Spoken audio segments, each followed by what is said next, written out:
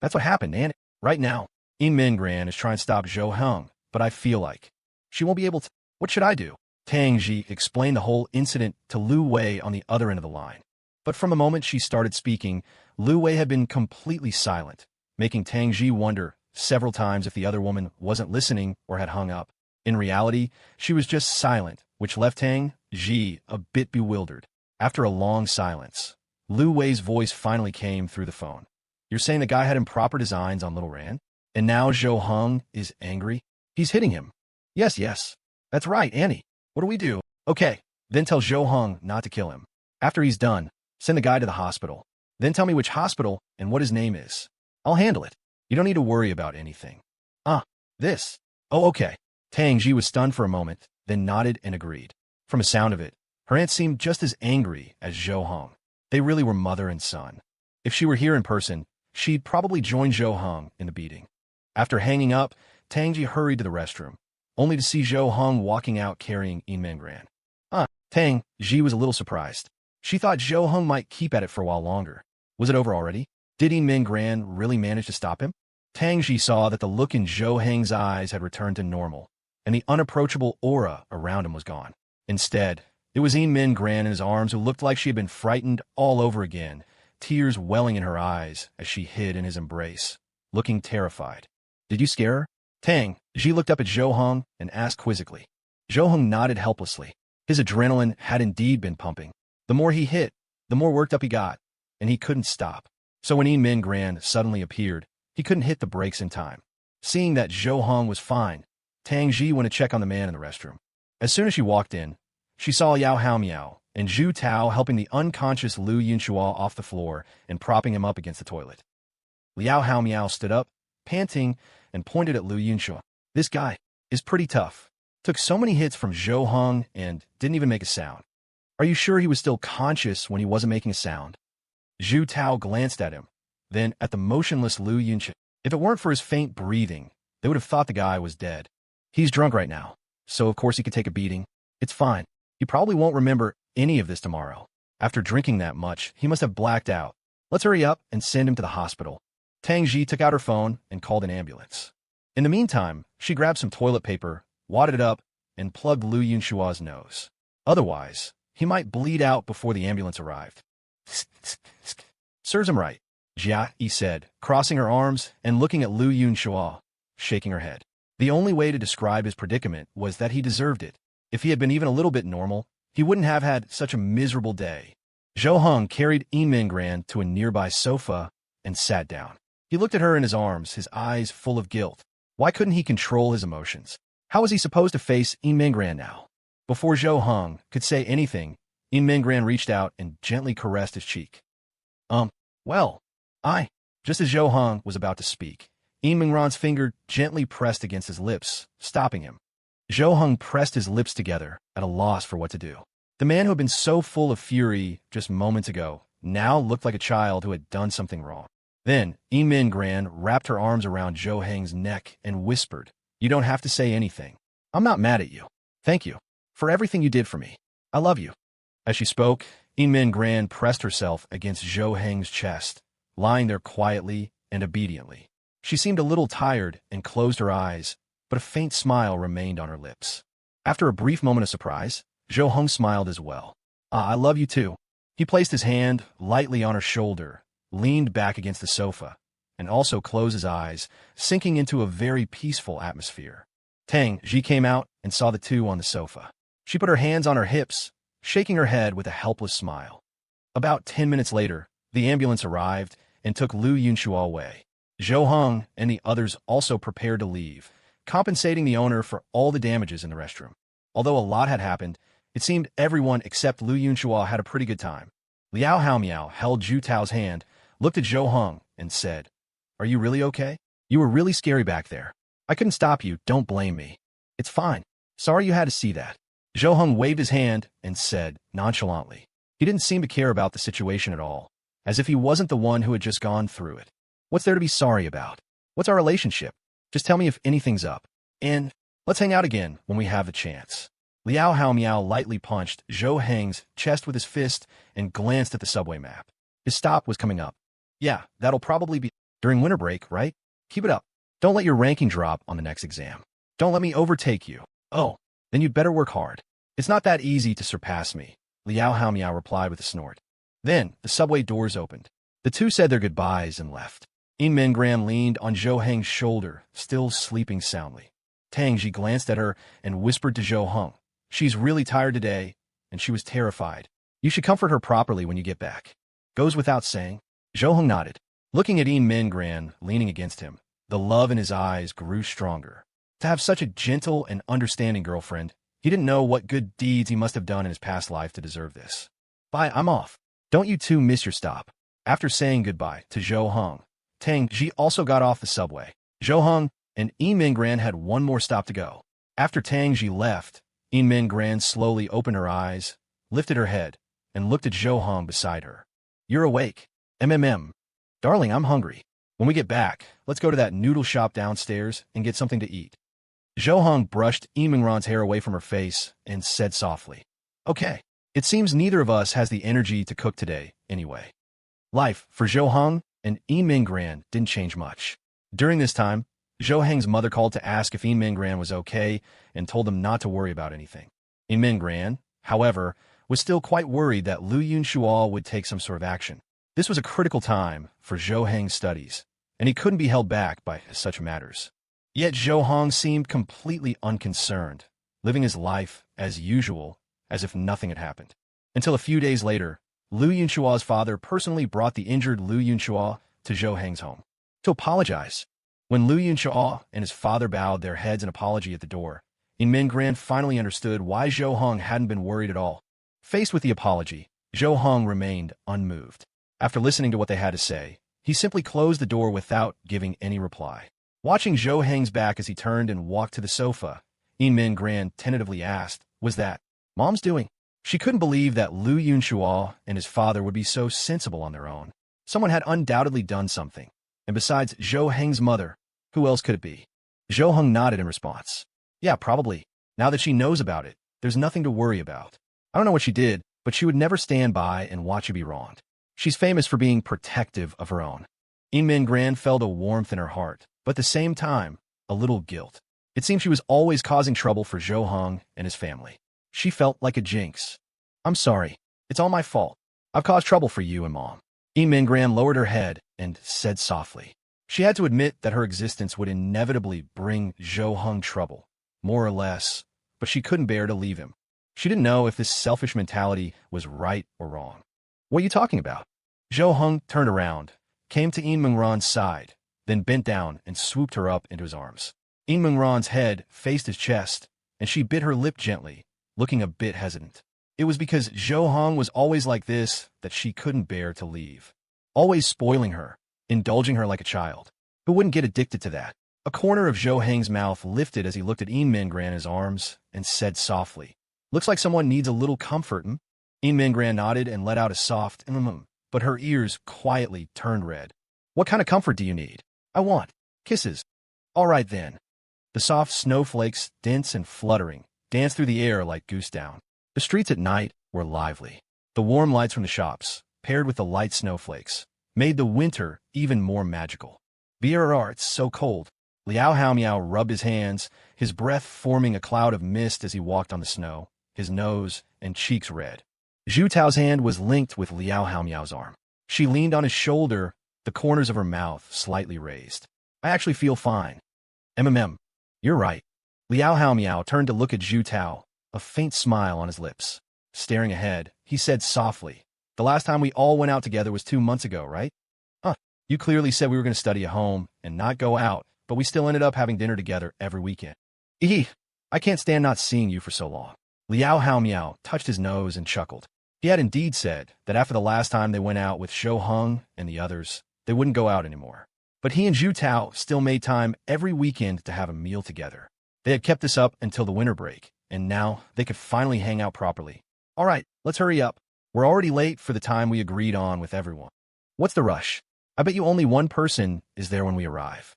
"Those two definitely haven't arrived yet."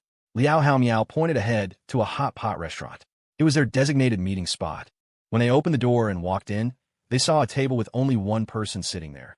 "See, what did I tell you? It's definitely Tang Xi who arrived first. Liao Haomiao pointed in that direction and said to Zhu Tao beside him. The two walked over. Tang Xi was playing a game. She caught them in her peripheral vision and looked up. Just as I thought. Of course you two would be the first to arrive.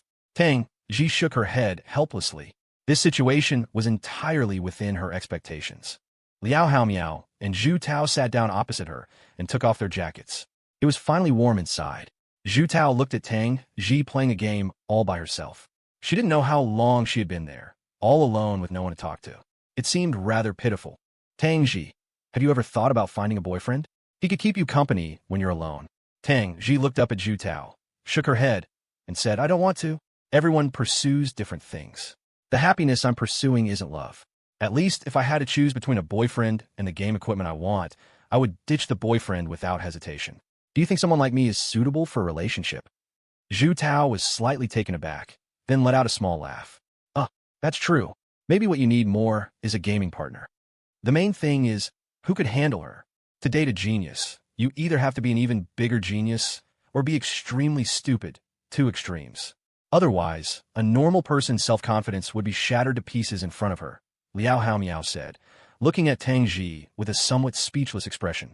Tang Xi shrugged and said nonchalantly, you should focus on surpassing Inman Ran first. You got second place again on this final exam, right? Damn it, I was just one. Mentioning this, Liao Haomiao's emotions were instantly ignited.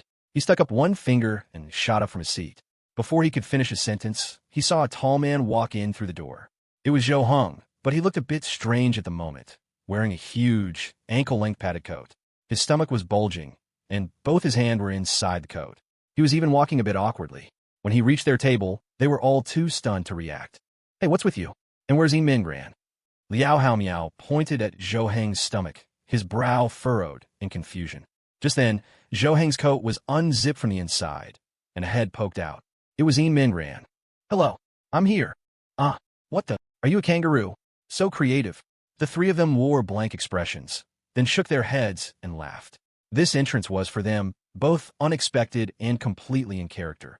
Inman Ran climbed out from inside Zhou Heng's coat, and only then did they realize. Zhou Heng had been carrying her. No wonder they hadn't seen Inman Ran's feet. He had carried her the whole way.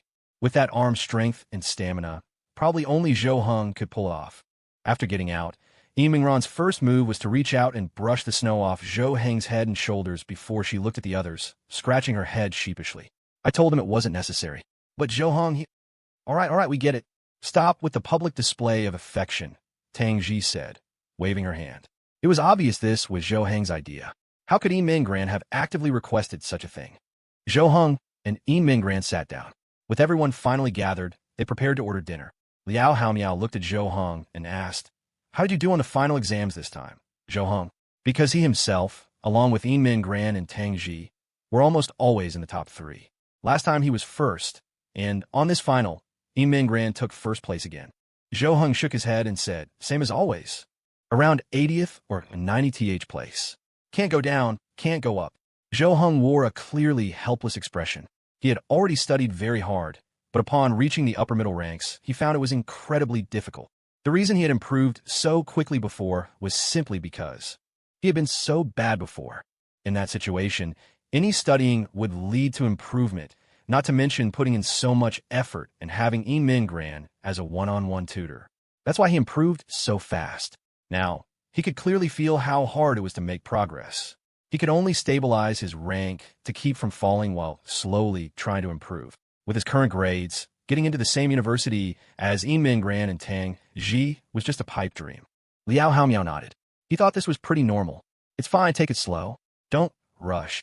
Inman Ran also reached out and gently stroked Zhou Heng's cheek, saying softly, You're the best. We'll take it slow. You can definitely surpass yourself during the winter break. Besides the New Year's holidays, winter break is only about a week long, right? I think it's only a little over 2 weeks in total. Zhou Heng grumbled in frustration. They were about to enter their final semester of high school, and the college entrance exams were getting closer and closer. The school giving them a 2-week winter break was already considered generous. He had heard that some schools only gave a few days off of the new year, a week at most. In comparison, theirs was pretty good. It was also because their grades' overall academic performance was good, so the school gave them a longer break. It's already great. There's plenty of time. If you study hard, you can definitely make great progress. Zhou Heng sighed and said, I was even thinking of getting into the top 20 on the exam after this break. Now it seems that was just too naive. Liao Haomiao pouted and said, Why'd you set your goal so high? There's still half a year left. Moving up 10 ranks would already be amazing. I just thought that since I improved so fast, getting into the top 20 would be quick too. Who knew that was just a beginner's bonus period? Haha. Snow was falling outside, while inside the hot pot steamed. A few friends gathered here, enjoying the warmth that belonged to winter. It's the new year in 2 days, right? What time are you guys planning to come? Tang Xi looked at Zhou Heng and Inman Ran.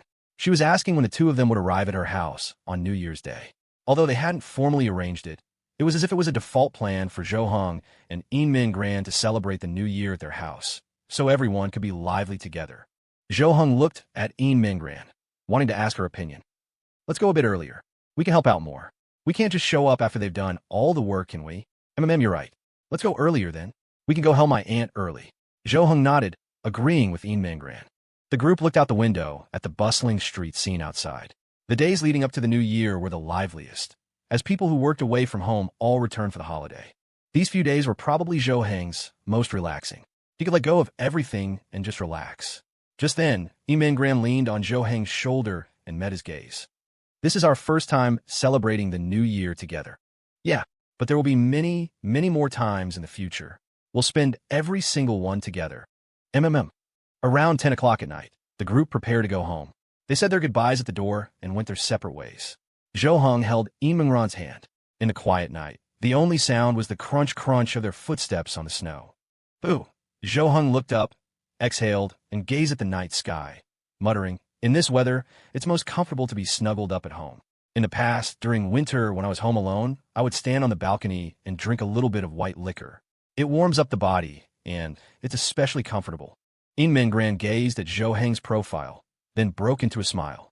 Then, want to join me tomorrow? Join you? Yeah. Didn't we agree before that when the holidays started? I'd drink with you? I'll cook. You still remember? I thought. You must have forgotten. The joyful smile in Zhou Heng's eyes grew even stronger. He hadn't expected Inman Ran to remember something said casually months ago. But he certainly remembered because he was quite looking forward to that day. To be able to drink a little with the person you love, to chat together in the gentle winter, what a happy thing that would be. How could I possibly forget? I've been looking forward to this day. Really? Me too. Then it's a deal. I'll cook tomorrow, we'll stay home, and I'll drink with you. It's just that my alcohol tolerance is probably very, very low. Zhou Heng squeezed Inman Ran's hand, feeling its warmth in the cold winter. A faint smile played on his lips as his eyes fixed on her. It's okay. Just having you with me is enough to make me happy. I'm so glad that in this year our lives intertwined. Inman Ran raised an eyebrow, her eyes full of a warm, playful smile. She chuckled a few times. I hope you don't blame me because I want you to have me in your life for a lifetime. In the kitchen, Inman Ran wore an apron, standing before the stove. Her long hair was casually pinned up, looking very neat and tidy. Before her was a pot of steaming, fragrant, thick soup with various ingredients tumbling inside, making one's mouth water. Inman Ran gently picked up a ladle and carefully stirred the soup in the pot. With each stir, the rich aroma grew stronger, filling the entire kitchen. She fanned the steam with her hand, then scooped up a spoonful of the thick soup, blew on it a few times, and after it had cooled slightly, tasted it. She narrowed her eyes slightly, the corners of her eyes crinkling as if in a smile. Just then, a pair of arms wrapped around her from behind. Inman Ran was startled, her body involuntarily trembling slightly, and the ladle in her hand almost fell into the pot. Very quickly, she felt Zhou Heng's warmth and presence. Zhou Heng rested his head on Inman Ran's shoulder and said softly, You've worked hard. A blush crept onto Inman Ran's face. She chided him lightly, Hey, you startled me. It's almost ready. Go on out, don't get burned. Zhou Heng chuckled, released his arms, and left the kitchen. Looking back at Inman Ran's busy figure, his heart was filled with happiness and satisfaction. They had only been together for about 4 months and were still in the honeymoon phase, but Inman Ran was like a wife, not only sharing the sweetness of love, but also shouldering the mundanity and pressures of life. With a girlfriend like this, he would wake up smiling from his dreams, marveling at his own luck. By now, it was already late. The bright moon was high in the sky, But because tomorrow was the new year, the streets outside were still brightly lit and bustling. The city was decorated with lanterns and colorful lights. The trees along the streets were hung with multicolored lights and festive red lanterns, filling the entire city with a thick New Year's atmosphere. Zhou Heng stood at the window, looking down at the street scene below, and let out a breath. He recalled his high school life so far. The first 2 years were bleak and boring, and he was the butt of jokes among his classmates. But in these 4 months, his high school life had undergone a world-shaking change, all starting from that rainy night. He got the best girlfriend. His classmates looked at him with new respect, no longer mocking or looking down on him, but rather with a special reverence. His studies were also improving by leaps and bounds. His life was full of fun and hope, and all of this was brought to him by her. "It's ready, darling." A sweet call roused Zhou Heng. When he turned around, he saw that Inman Ran had brought all the prepared dishes to the dining table. She had untied her apron and let down her pinned-up hair, a beautiful curve gracing her slightly pursed lips. Coming. Zhou Heng opened a cabinet and took out a bottle of liquor. It was something his uncle had given him once when he went to Tang Xi's house for dinner, probably thinking that since he could drink so much, he must drink often at home. But in reality, after bringing it back, he had never touched it. He never drank at home by himself. This liquor must be quite expensive, right? Inman Ran didn't recognize the liquor, but looking at the packaging, she guessed it probably wasn't cheap. About 1,000 yuan. Zhou Heng sat down and prepared to open the bottle. Inman Ran's eyes widened, and she quickly reached out to stop him. Hey, that expensive. Then let's not. Let's save it for guests. I'll go downstairs and buy something cheaper. Really? I, on the other hand, think this is already very cheap because you deserve better. Zhou Heng smiled slightly and opened the bottle. Inman Ran pressed her lips together, the corners of her mouth lifting slightly, as if she already knew Zhou Heng would say that, but was still moved by it. As the cap was opened, a rich aroma of liquor wafted out. Zhou Heng first poured a glass for Inman Ran. A beautiful foam appeared on the surface. The two sat down, looking at each other, their eyes seeming to hold back smiles. Inman Ran looked at the full glass of white liquor before her, looked up, and smiled slightly. I feel so excited. It's nothing. Anyway, you'll definitely be very unused to it the first time. You probably won't be able to drink it. Zhou Heng picked up his glass, sniffed it, and nodded silently. Then, he looked at Inman Ran and tipped his chin, giving her a signal. Inman Ran paused for a second, then also carefully raised her glass and clinked it with Zhou Heng's. Zhou Heng immediately took a small sip, smacked his lips, and his expression looked fine. Inman Ran, however, only took a tiny sip, and her brows instantly furrowed, her eyes squeezed shut, and she bit her lip. Her expression was the very picture of agony. Ugh, she let out a low groan. Her entire throat was numb. Although she was somewhat prepared, she hadn't expected to almost spit it out. Are you okay? Zhou Heng was almost made to laugh by Inman Ran's reaction, but luckily he managed to hold it back. Inman Ran adjusted her breathing, nodded, and said, I'm fine. It's acceptable. Eat something, it'll help. Zhou Heng and Inman Ran chatted as they ate, and the atmosphere gradually became more and more harmonious. I really didn't expect this. Didn't expect what? Inman Ran looked up at Zhou Heng and asked with some surprise. Just that. I never expected that one day I'd be able to have a drink and chat with my girlfriend. It feels pretty nice. Zhou Heng looked down dazedly at the glass in his hand, gently swirling the liquor inside, and chuckled. Just then, Inman Ran's glass clinked against his. Clink! Zhou Heng looked up at Inman Ran and saw that her slightly parted lips were tinted with an imperceptible gentleness. We can do this often, as long as you want to. Okay. The two took another small sip. This time, Inman Ran was a bit bolder and drank a little more. As the liquor went down, a wave of warmth surged through her entire body. Oh, much better this time. It feels not so hard to swallow anymore. Inman Ran let out a breath of alcohol-tinged air, her eyes brightening, feeling as if she had slightly grasped the knack of drinking. Take it slow, don't drink too fast, or you'll get drunk in a bit. We don't know what your tolerance is like yet. Zhou Heng said to Inman Ran while eating. As he spoke, he glanced up and was stunned. Does your face turn red this fast when you drink? Inman Ran's face was already flushed a faint red. She reached up and touched her cheeks, which were already getting warm. Is my face very red right now? I feel fine, just a little hot. It's not that red, just a little bit. You should drink less. Zhou Heng was a little worried. Inman Ran had this reaction after just 2 sips. If she drank a few more, she might get drunk. It's fine. I can handle it now. Inman Ran waved her hand. She now felt that the liquor wasn't that hard to drink, and it wasn't so unpleasant going down. Crucially, she was also finding it interesting to drink and chat with Zhou Heng. It was an experience she'd never had before. All right then. Well, let's take it slow. Zhou Heng and Inman Ran spent more time talking and drank less frequently. However, as time went on, Inman Ran's cheeks grew redder and redder. The blush spread from her cheeks to the corners of her eyes and her eyebrows, and even her ears turned red. She also became more and more talkative, looking very happy. I really am. As she was talking, Inman Ran felt her eyes tighten and tears began to well up. What's wrong? Seeing Inman Ran like this, Zhou Heng was suddenly at a loss. He quickly stood up, moved his chair over, and sat down beside her. Inman Ran immediately leaned against Zhou Heng's chest, tears flowing from her glazed eyes like a spring. I'm so lucky to have met you, I really. Inman Ran stammered, tears falling like broken pearls. Zhou Heng realized what was happening and quickly reached out, placing a finger gently on Inman Ran's lips. Baby, you've had a bit too much to drink. Zhou Heng looked at Inman Ran's glass and was surprised to see it was already empty. She had drunk faster than him. The bottle was 1 jean, and Inman Ran had drunk half of it herself. And this was her first time drinking. Her face was already bright red. Crying and saying these things at this moment was understandable to Zhou Heng. But Inman Ran slapped Zhou Heng's hand away, turned slightly, and wrapped her arms around his neck. Why can't I say it? Darling, everything I'm saying is from the heart. Don't you believe me?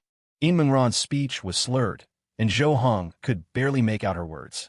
Zhou Heng found Inman Ran's state quite novel. He had never seen it before, never imagined Inman Ran would be like this. But she was indeed drunk, and he shouldn't let her drink anymore. I believe you, baby. Let's go back and rest, okay? Zhou Heng whispered in Inman Ran's ear, coaxing her. But Inman Ran didn't seem to want to stop there. She waved her hand and said, No, you just don't believe my sincerity. Sometimes I really want to pull out my heart and show it to you. I would give my life for you. Don't talk nonsense. Remember, don't see yourself as so cheap. Don't have such low self-esteem. In my heart, you're a priceless treasure. Zhou Heng pressed his face close to Inman Ran's and whispered in her ear. Every word made Inman Ran's body tremble slightly, as if currents of electricity were passing through her. Inman Ran squirmed in Zhou Heng's arms, as if pouting coquettishly. I love you so much. Darling. Inman Ran's voice was already trembling slightly, but she forced herself to say this sentence clearly, as if afraid Zhou Heng wouldn't hear. Inman Ran's actions had also stimulated Zhou Heng. He quickly took a deep breath to calm himself. If this continued, the situation would definitely get out of control. What they might do after drinking was hard to imagine. I love you so much too. Baby. Zhou Heng's voice trembled even more, as if he was deliberately suppressing something. But even so, he was unwilling to loosen his arms around Inman Ran. Inman Ran lowered her head and also released her arms. Zhou Heng knew she must be very drunk by now, very sleepy. But after a few seconds, Inman Ran's voice floated out softly. Will you marry me? I will. I definitely will. Zhou Heng answered immediately, without hesitation. The corners of Inman Ran's lowered lips slowly lifted a little. In this life, I'll only marry you. If you don't marry me, I'll never again. Inman Ran's words were halting, her voice very small, as if she were muttering to herself. But Zhou Heng listened to every single word very intently. Towards the end, Inman Ran's voice faded away. Zhou Heng knew she must have been unable to hold on any longer and had fallen asleep. For her first time drinking, to drink so much, stay awake for this long, and say so much was already quite impressive. Of course I'll marry you. I definitely will. If I can't marry you, I'll never marry anyone else in this life. Zhou Heng knew Inman Ran probably couldn't hear him, but he still answered seriously. Then, he stood up, picked Inman Ran up, and walked into the bedroom. Zhou Heng gently placed Inman Ran on the bed and covered her with a blanket. He didn't dare to change her into pajamas on his own, even though Inman Ran was probably unconscious. After settling Inman Ran, Zhou Heng prepared to take a shower. He slowly closed the bedroom door and went to clean up the dining table first. Then he went to the bathroom for a shower. By the time he came out, 20 minutes had passed. Zhou Heng changed into his pajamas and prepared to go back to sleep. Inman Ran was drunk after that much, but for Zhou Heng, It had basically no effect, as if he hadn't drunk at all. Pooh, have to get up early to go to Tang Xi's house tomorrow. The new year is here so quickly. Zhou Heng opened the bedroom door, walked in, and got into bed in the dark. He gently touched Inman Ran beside him. She was still sleeping soundly. So he also pulled up the covers, ready to sleep.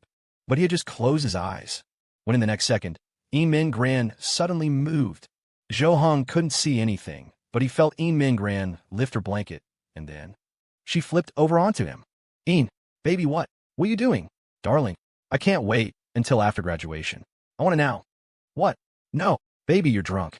You'll definitely regret this when you sober up tomorrow morning. Zhou Heng could feel Inman Ran, so close, breathing her warm, alcohol-scented breath onto his face.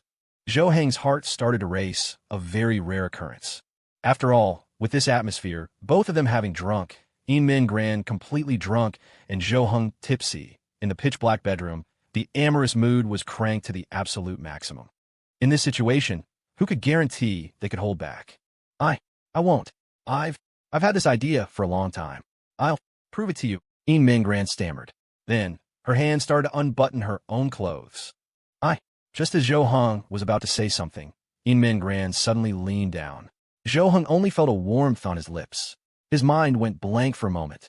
He didn't know how much time had passed, but by the time he came to his senses, both of them were so breathless that they had to separate their moist lips. Zhou Heng tried to gently push her away, only to find her strength was surprisingly great. A gentle push wouldn't move her at all, and Zhou Heng didn't dare to use force for fear of hurting her. So he shifted his body slightly and pressed against the phone beside him. The phone screen lit up, and its faint glow illuminated Inman Ran's face. Drunk, her eyes were hazy and her face was flushed like a ripe apple that made one want to take a bite. Baby, don't be like this. Let's just go to sleep, okay? Zhou Heng's voice was tinged with hoarseness. However, Inman Ran paid no attention to his words. Her lips pressed against his again, this time even more fervently. Zhou Heng's reason told him he should refuse, but his body couldn't help but respond to her passion. After a while, Zhou Heng felt something was strange. Inman Ran seemed to have fallen asleep. Zhou Heng was a little surprised. Then he heard Inman Ran's even breathing, gradually steadying. It seemed she had really fallen asleep. Zhou Heng wasn't surprised. After all, after drinking so much, it was already a feat for her to wake up again. It seemed he would have to make Inman Ran drink less in the future. Otherwise, she would completely lose control after drinking. They had been so close just now. If Inman Ran hadn't fallen asleep, he wouldn't have been able to hold back. Sigh, really? Zhou Heng said this, but his eyes and smile were full of indulgence and pampering. He didn't move Inman Ran off him, but let her lie on top of him, and even pulled over the blanket from his side, covering them both. Inman Ran's breathing was especially clear in Zhou Heng's ear, and he could feel her heartbeat very clearly. Their body temperatures had now reached an equilibrium, enjoying a warmth exclusive to them in this winter. The morning light broke through the dawn sky, bringing a new day. The sun rose very early, its light visible almost at the crack of dawn. Inman Ran slowly opened her eyes. Before she was even fully conscious, a throbbing pain shot through her head. This feeling, like a speaker vibrating inside her head, made her grimace in unbearable pain. No one had told her that her head would hurt so much the day after drinking. Just then, she noticed where she was sleeping. She was actually sleeping on top of Zhou Heng. When she had just moved, Zhou Heng had let out a low groan, but hadn't woken up. Inman Ran blinked, looking at Zhou Heng's face, only 2 fingers away. She tried to recall what happened last night, but no matter how hard she thought, she couldn't remember what had happened. She only remembered drinking with Zhou Heng at the table, chatting, and then she seemed to have cried, and Zhou Heng came to comfort her, and then she couldn't remember anything at all. How could this be? Did she really drink until she blacked out? She couldn't remember anything. Inman Ran felt that lying on top of Zhou Heng, it was impossible that nothing had happened. But her clothes were still on properly, just 2 buttons and a tie undone. Just then, Inman Ran suddenly noticed that Zhou Heng's lip seemed to be slightly broken. The blood on it had already clotted, and she could even see a clear bite mark.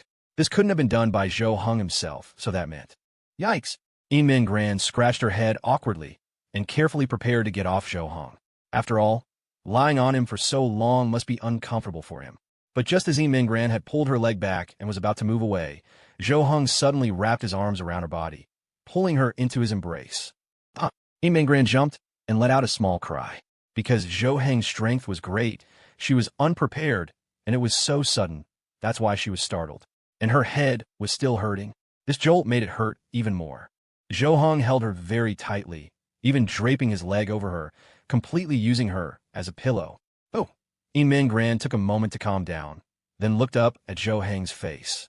He was still sleeping soundly, his eyes closed, his eyelashes resting on his cheeks. Inman Ran was almost mesmerized. She could stare at Zhou Heng's face for a long time. Mwah! In the next second, Inman Ran planted a light kiss on Zhou Heng's lips and chuckled. Oops! I forgot your lip was broken. The tighter Zhou Heng held her, the happier Inman Ran felt. This feeling of being held tightly by Zhou Heng made her feel both happy and full of a sense of security. An hour later, Zhou Heng slowly opened his eyes. The first thing he saw was Inman Ran staring at him. Morning, baby. You're up so early. Unlike Inman Ran, Zhou Heng remembered everything from last night clearly. He just didn't know if Inman Ran still remembered. Yeah, I've been staring at you ever since I woke up. I can't get enough of looking at you. Inman Ran raised an eyebrow, her eyes smiling with affection, her smile sweet. Me too. The atmosphere between the two was very amorous first thing in the morning, but they both enjoyed such moments very much. So the two lingered in bed for about half an hour before getting up. Let's get ready and go to Tang Xi's house. My aunt and uncle must have been up early and busy. If we go early, we can help put up the couplets and things. Okay. Just as they got out of bed, they received a message from Tang Xi, sent to both of them at the same time. I'm guessing you two should be up by now. I'll come to your place to pick you up, and we can go buy some things on the way. After replying to Tang Xi, the two of them hurried to get ready, because they knew Tang Xi would definitely be fast and would probably arrive soon. Sure enough, after they finished getting ready, they soon heard the sound of a password being entered into the door lock. It opened on the first try, and then they saw Tang Xi appear at the doorway, carrying a bag in her hand. You two are a bit faster than I imagined. I thought you'd still be in the getting dressed stage. Tang Xi saw the two of them, ready and waiting for her, and nodded in satisfaction. Luckily, they knew to be quick. If she had to rush them on New Year's Day, that would be a bit much. Of course. It's New Year's Day after all. We can't just sleep in. After entering, Tang Xi frowned and sniffed the air hard. Smells like alcohol. Did you two drink last night? About that. Zhou Heng and Inman Ran looked at each other and smiled awkwardly. Normally, there was nothing to be embarrassed about drinking together, but Inman Ran had forgotten what happened last night, and her bite had broken Zhou Heng's lip. And Zhou Heng remembered everything clearly, so they were both a bit embarrassed. Yeah, we had. A little. Tang Xi's eyebrows shot up. She glanced at the bag by the door, which contained an empty liquor bottle. She took it out and looked at it. A full jean, already empty. All right. I'll believe you if you tell me you drank all of this. Inman Ran drank a lot too, didn't she? Inman Ran nodded lightly, a smile gracing her lips, bringing out the faint dimples on her cheeks. Fine, it's the new year anyway, so it's okay to have a drink. But it's pretty impressive that you two were able to get up so early. Tang Xi didn't press the matter further. She knew where to stop. Then, Tang Xi took out the spring couplets and other things from the bag she was carrying. My mom guessed you two probably didn't buy any, so she had me bring these. We'll put them up before we go. My aunt just knows me so well. Zhou Heng scratched his head. He had indeed forgotten to buy them. He never cared about these things in the past. His aunt always thought of them. Last year, she had even come to his house personally to help clean up and put up the couplets before they went to eat. That's why Zhou Heng was so close to Tang Xi. He truly saw her as family, not just a relative. The three of them worked together, tidying up the home and giving it a bit of a New Year's feel before they left together. My mom said we should buy whatever we want to eat, so let's just stroll around a bit and buy some things to bring back. Then let's buy a lot. That way, my aunt can make a few fewer dishes and have an easier time. Zhou Heng looked at Inman Ran, who also nodded in agreement. But Tang Xi didn't think so. She shook her head and said, forget it. My mom started cooking at 3 a.m. The ingredients are all prepared, just waiting to be cooked. My aunt anticipated my anticipation again. Zhou Heng smiled helplessly. He didn't understand why he was so easy to read. Many people around him seemed to be able to figure out his inner thoughts as easily as flipping through a book. Tang Xi walked behind Zhou Heng and Inman Ran, pushing them along. All right, let's just go for a walk and buy some snacks for gaming tonight. We're gaming tonight, on New Year's Day. Inman Ran was a bit confused. It was one thing to play games normally, but it was New Year's Day today, and they were still going to play. Yeah, what else? Are we going to watch the Spring Festival Gala?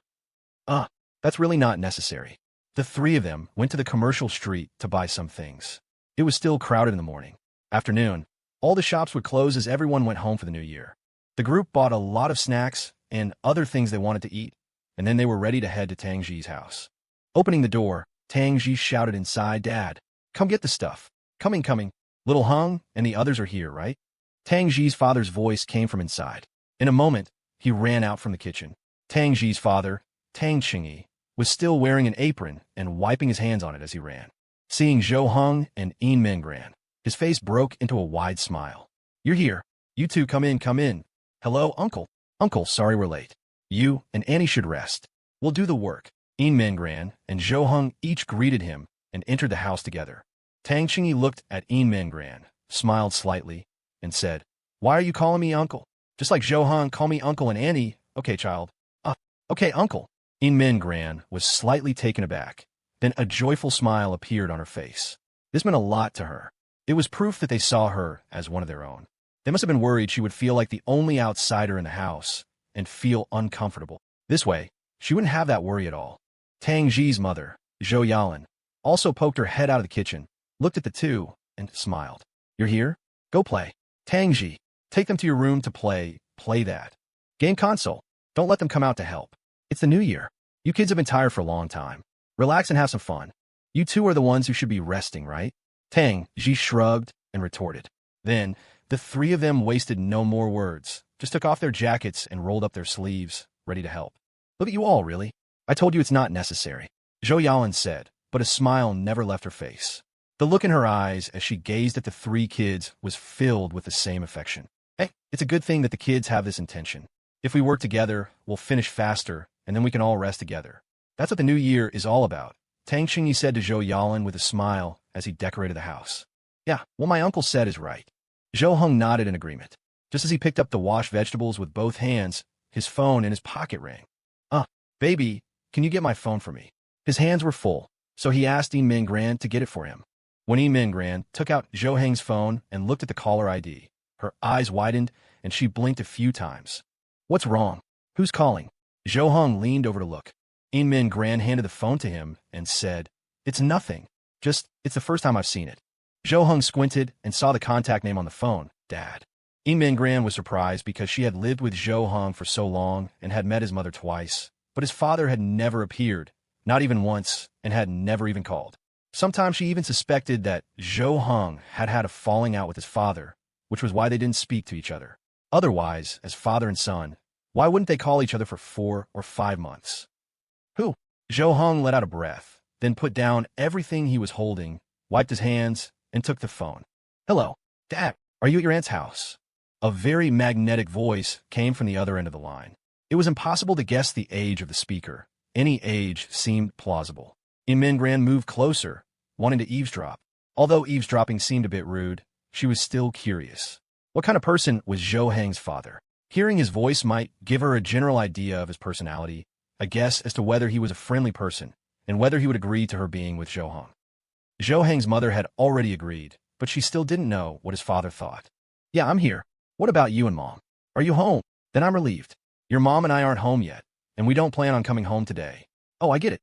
Going on a trip again." Zhou Heng shook his head helplessly. He had guessed it would be like this, which was why he didn't go home. There would be no one there anyway. His parents had long since gone off to have fun without him, and he didn't want to go either.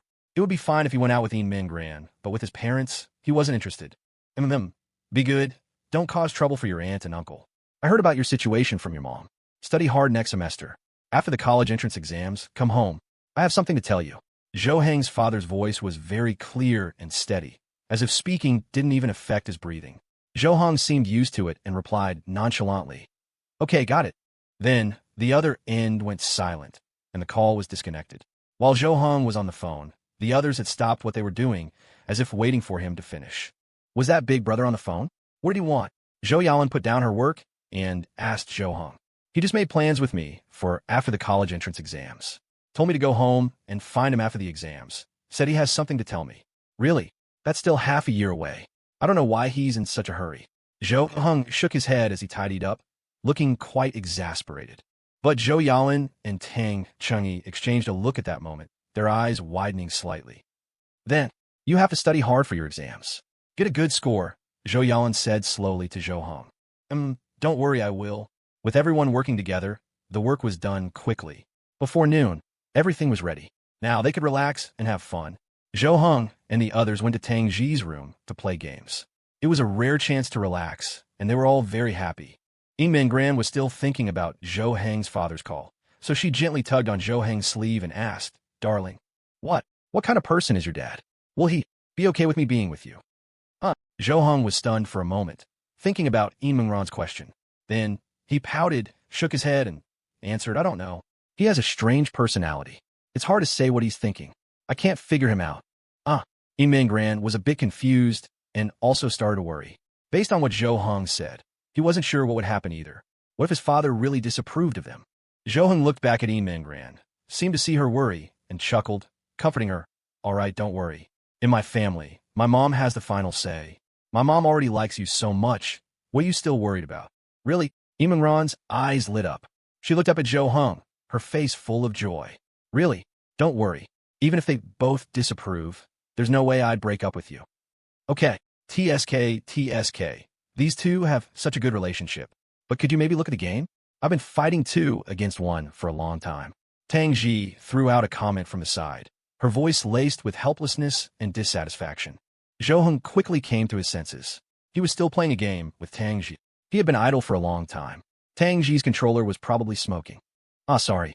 The 3 of them took turns playing games. When they got tired, they would play poker or mobile games together on the bed. In the evening, they started the New Year's Eve dinner. After it got dark outside, the streets became brightly lit, and fireworks even started to go off. Although fireworks and firecrackers were now banned, some areas weren't so strict, and the authorities turned a blind eye. After all, it was the new year, and no one wanted to cause trouble. It was better to leave well enough alone. Everyone just wanted to have a good New Year. The New Year's atmosphere suddenly emerged, and every home was filled with a sense of reunion and happiness. "Come on, Zhou Hong, have a drink with your uncle." Tang Xi took out a bottle of white liquor from the cabinet and opened it without hesitation, preparing to pour some for Zhou Hong. Zhou Hong glanced at it and could tell the liquor was quite valuable, but it was normal to drink something good during the new year, so Zhou Hong didn't say much. "All right, uncle." Zhou Hong quickly stood up, holding his glass with both hands to receive the drink. After pouring for Zhou Hong, he then poured a glass for himself. Then, he poured a glass for Zhou Yalan. "Honey, you've worked hard." "Hey, you've worked hard too," Zhou Yalan said with a smile. "Do you two want some?" Little Min Gran, Tang Xi. Tang Xi looked at Inman Ran and Tang Xi, asking if they wanted a drink. Tang Xi waved her hand and said, "No thanks, it'll affect my performance." This, Inman Ran smiled awkwardly. The mention of drinking made her think of last night, when she and Zhou Hong drank together and she got drunk. Her headache had only just subsided this afternoon. If it were just the 2 of them at home, it would be fine, but now they were at Tang Xi's house. She was too embarrassed to drink. What if she got drunk again? If she suddenly started crying or acting up here, she would die of embarrassment. No, I won't have any, uncle." "That's fine. Then you two have juice. Tang Xi, go get it from the fridge." "Okay." Inman Ran and Tang Xi poured themselves drinks. Then Tang Xi raised his glass, looked at the 3 young people before him, and said, "It's the new year. You 3 are all good kids. I wish you a bright and promising future. Come, cheers." The harmonious and lively atmosphere was on full display at the dining table. The TV was playing the Spring Festival Gala, but no one was watching. It was just to compliment the New Year's mood. "Uncle, Auntie, I toast you both. Thank you for your hard work." Zhou Hong stood up and raised his glass. Tang Xi and Zhou Yalan also quickly stood up. The 3 of them seemed like peers at that moment, without any airs. "Hey, good kid. I've seen potential in this boy Zhou Hong since he was little. His IQ and EQ are both top-notch, and now he's found such a great girlfriend. How wonderful." Tang Xi pointed at Zhou Hong and said with a smile. Inman Ran pressed her lips together and lowered her head slightly, feeling shy, but at the same time very happy. Every time she heard such words, she felt extremely happy. Then she also quickly stood up, picked up her glass of juice, and said, "Uncle, Annie, I'll toast you both too. I won't be drinking alcohol. I'll use this instead." Zhou Yalan looked at Inman Ran, her eyes overflowing with affection. "No wonder my sister-in-law likes you so much. If I had a son and a daughter-in-law like you, I'd wake up smiling from my dreams." "You're too kind, Annie." Zhou Hong and Tang Xi chatted continuously, drinking more and more. The atmosphere grew lively, and the room became warm due to the festive mood. Zhou Heng even took off his sweater, leaving only a tank top. Soon, the two of them finished a bottle of liquor, but they didn't stop there. They opened another bottle and continued drinking. Inman Ran now truly believed it. Zhou Heng could really hold his liquor. He had drunk nearly a gene, and his face was only slightly flushed with no signs of drunkenness. Oh, Zhou Heng, when you're successful in the future, don't forget our Tang Xi, Tang Xi said with a grin. Zhou Yalan immediately kicked his leg under the table and shot him a glare. But Zhou Heng didn't notice, just honestly replying, "You don't have to worry about that, uncle. Tang Xi is like my own sister. If I become successful, how could I not take care of her? The main thing is, I'm the one who needs Tang Xi to help me now. It's obvious she has a better chance of becoming successful. Ha ha ha." Having had a few drinks, Zhou Heng became much more cheerful and his speech more unrestrained. Tang Xi and Zhou Yalan exchanged a smile and moved on from the topic. After 12 o'clock, it was officially the first day of the new year. New Year's greeting messages started flooding their phones. Zhou Heng and the others finished up and prepared to go home. Tang Xi took his car keys directly from his pocket, tossed them to Tang Xi, and said, "Tang Xi, drive them home. Drive slowly on the road." "Huh, you can drive." Zhou Heng and Inman Ran were both stunned. They saw Tang Xi calmly catch the car keys and prepare to put on her coat. Tang Xi shrugged and said, "Yeah, I got my license as soon as I turned 18. It was pretty easy. I figured. For you, that test must have been very easy." Inman Ran supported Zhou Heng. After saying goodbye to Tang Xi and Zhou Yalan, they left Tang Xi's house. Downstairs, they got into Tang Xi's car. Tang Xi got into the driver's seat, started the car skillfully, and drove off smoothly. "Whoa, I feel like you drive better than my mom." "My aunt better not hear you say that, or she'll definitely chew you out."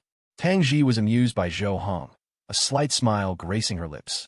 Zhou Heng and Inman Ran sat in the back, looking out the car window. Fireworks were still lighting up the entire sky. Inman Ran leaned on Zhou Heng's shoulder, a happy smile on her face.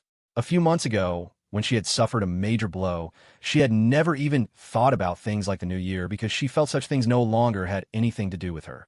She might have been wandering somewhere or working somewhere to support herself, or even being kept by someone just barely surviving. But now, she was enjoying happiness. An unprecedented happiness had completely surrounded her, filling her with hope for life. Inman Ran looked up at Zhou Heng's profile. He was resting with his eyes closed. After all, he had drunk a lot. Even if he wasn't blackout drunk, he was at least tipsy. "Darling, I love you." Inman Ran spoke softly, whispering in Zhou Heng's ear. She knew she had said it many, many times, but she just wanted to say it, wanted to tell Zhou Heng this phrase at every moment. Hearing her voice, Zhou Heng opened his eyes, looked at Inman Ran, and gave her a light kiss on the lips, whispering, "Me too. Hey, you two watch it. We're almost home. Wait till you get home to continue. I'm not part of your play." Tang Xi, driving in the front, quickly spoke up to stop them. She couldn't believe it, the first serving of PDA in the new year, served so unexpectedly. When they arrived downstairs, Zhou Heng and Inman Ran got out of the car and looked at Tang Xi in the driver's seat. "Want to come up and play for a while?" Tang Xi shook her head and said, "Forget it, I'm going back to sleep. I have to go to my grandpa's house tomorrow. These few days of rest are all filled with visiting relatives. We probably won't see each other again until school starts." "All right then, drive carefully on your way back." Zhou Heng and Inman Ran watched Tang Xi drive away and then went back to their own home. Once home, although it was a bit quiet without so many people, the two of them still felt a sense of peace. Zhou Heng sat down on the sofa. Inman Ran poured him a glass of water and sat down beside him.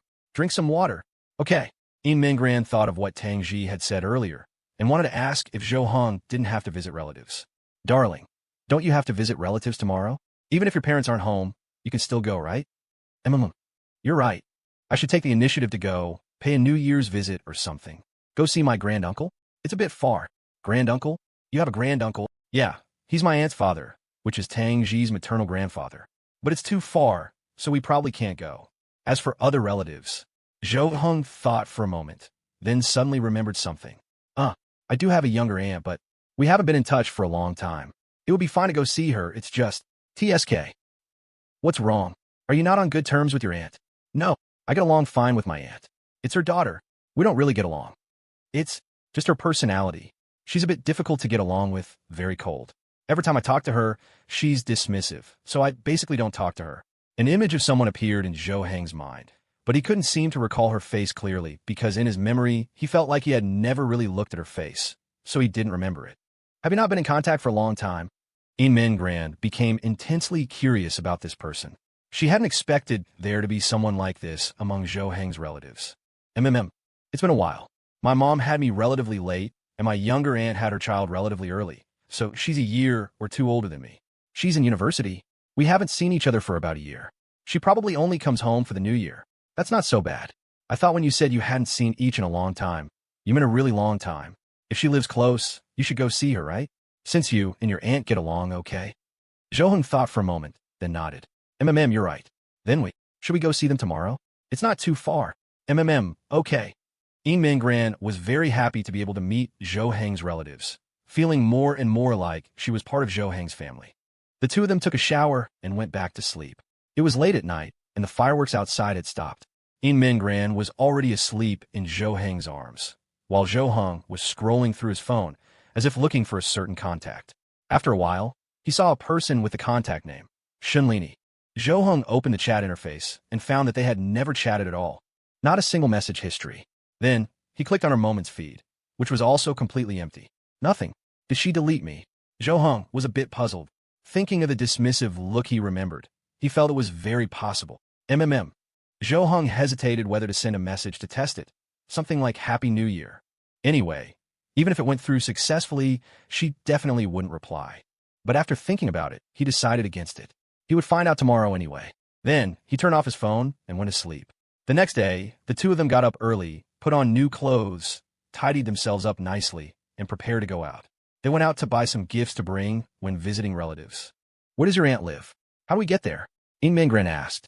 She didn't know where it was, and Zhou Heng also thought seriously for a moment before saying, we can just take a taxi.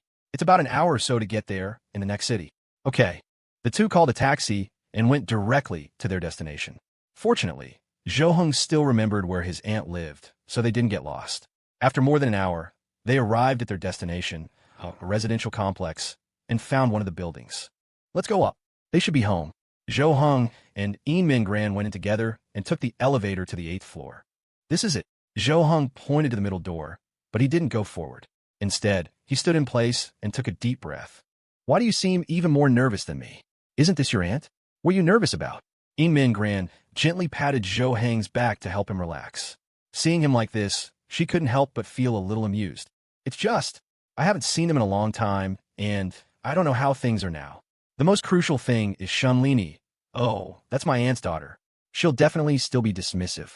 How awkward will that be? Should I talk to her or not? It's fine. Just talk normally. She's your older cousin, right? It's one thing for her not to respond, but you still have to say something. Inman Ran pushed Zhou Heng, trying to get him to go forward. All right, I know. Zhou Heng walked forward and knocked gently on the door. Knock, knock. After a moment, a woman's voice came from inside. Who is it? Auntie, it's me, Zhou Heng. I've come to see you. Zhou Heng. The voice from inside was clearly stunned, very surprised. The next second, the door was quickly opened. A woman stood at the doorway. She looked relatively young, about the same age as Zhou Heng's mother, and they looked quite similar. Oh, Zhou Heng, you're here. Come in, come in. Zhou Heng's aunt, Lu Ling, was first very surprised, then delighted upon seeing Zhou Heng, breaking into a smile. Auntie, Happy New Year, Zhou Heng immediately said, then stepped aside to reveal Inman Ran behind him, introducing her. Auntie, this is my girlfriend. Her name is Inman Ran. Auntie, Happy New Year. Inman Ran bowed respectfully and greeted her, a smile on her face. Lu Ling was suddenly stunned, her eyes filled with disbelief. She froze for a few seconds before reacting. Hello, my goodness. Zhou Heng, you have a girlfriend already? This child is so beautiful. Come in and sit, quick. Lu Ling quickly ushered the two of them in. Zhou Heng and Inman Ran also carried their gifts inside. As soon as they entered, Zhou Heng looked around the room and asked, Where's my uncle? And Shunlini. Lu Ling poured tea for the two of them and said, Your uncle is out, went for a drink. Shunlini is at home. I'll call her out in a moment. You two sit first. Oh, okay. Zhou Heng and Inman Ran sat on the sofa, looking a bit at a loss. After all, This was the first time they were visiting relatives on their own. They didn't know what to talk about or when they should leave. Lu Ling poured tea for them, placed down a coffee table, then went into another room, knocked on the bedroom door, and called out, "Shunlini, come out. Guess who's here? Zhou Heng is here." No response came from the bedroom. It was so quiet that one might doubt if anyone was inside. After a moment, the sound of footsteps was heard, and then the door opened. Zhou Heng and Inman Ran both stared intently in that direction. After the door opened, a girl walked out from inside. She had a tall figure, and a cascade of long, shiny black hair fell over her shoulders. Her features were regular and exquisite, like a finely carved work of art. Her eyes were clear and bright. She wore a pair of round-rimmed glasses, which not only did not hide her beauty, but added a unique charm, making her look particularly quiet and elegant. Seeing her, Inman Ran's mouth fell slightly open, and she couldn't help but exclaim, "So pretty." Shunlini's gaze first fell on Zhou Heng without any fluctuation, her face expressionless. But when she saw Inman Ran beside Zhou Heng, her body trembled slightly, and a flash of surprise, along with some other strange emotions, flickered in her eyes. It was gone in an instant, not lingering for long, so no one noticed. Zhou Heng raised his hand and offered a greeting. "Hey, long time no see." Shunlini merely nodded lightly, responding faintly with an mm. Zhou Heng lowered his hand. He knew it would be this kind of reaction. He shouldn't have held out any hope that her attitude toward him might have changed. He didn't even know how he had offended her, or why she treated him this way. "TSK, look at you. Zhou Heng came all this way to visit, and you're acting like this." Lu Ling, looking helpless, glanced at Shunlini, then turned to Zhou Heng and said, "Ha, don't mind her, Zhou Heng. You know this kid. She means no harm. Don't take it to heart." "It's fine, Annie. I'm used to it." Zhou Heng forced an awkward smile, shrugged his shoulders, and pretended not to care, but in truth, he felt quite bad. To be treated this way by his own cousin was genuinely upsetting. No one would feel good about it. Afterwards, Shunlini kept staring at Inman Ran, her expression completely numb, her eyes betraying no emotion, as if her face were paralyzed. Lu Ling quickly interjected, "Oh, right, this is Auntie. I'll introduce myself." Inman Ran stood up and walked forward gracefully. Shunlini was a bit taller than Inman Ran, so Inman Ran tilted her head up slightly to look at her, offering a kind smile. "Hello, it's a pleasure to meet you. My name is Inman Ran. I'm Zhou Heng's girlfriend. Happy New Year." Inman Ran extended her hand, wanting to offer a simple, friendly handshake. But in the face of Inman Ran's warmth, Shunlini still seemed to have little reaction. "Oh, hello." Shunlini nodded and replied to Inman Ran. Then, her hand seemed as if it was about to extend, but then it didn't, as if she were hesitating. Although it was just a fleeting motion, Inman Ran caught it. Inman Ran raised an eyebrow, quickly withdrew her hand, gave Shunlini a faint smile, and returned to her seat. Shunlini didn't linger either. After taking 2 seconds to confirm that she wasn't needed for anything else, she turned without hesitation and went back to her bedroom. "Hey, you kid." Lu Ling was completely helpless. She watched Shunlini return to her room without another word, which made her feel extremely awkward. No matter what, they were guests and family at that. Such an attitude was so disheartening. It's fine, Annie. Don't worry about it, we don't mind." Zhou Heng quickly waved his hands, indicating that he didn't care about Shunlini's attitude. In fact, he had been prepared for it and wasn't surprised. After sitting down, Inman Ran remained silent, looking a bit surprised. She couldn't help but frown, as if she were pondering something.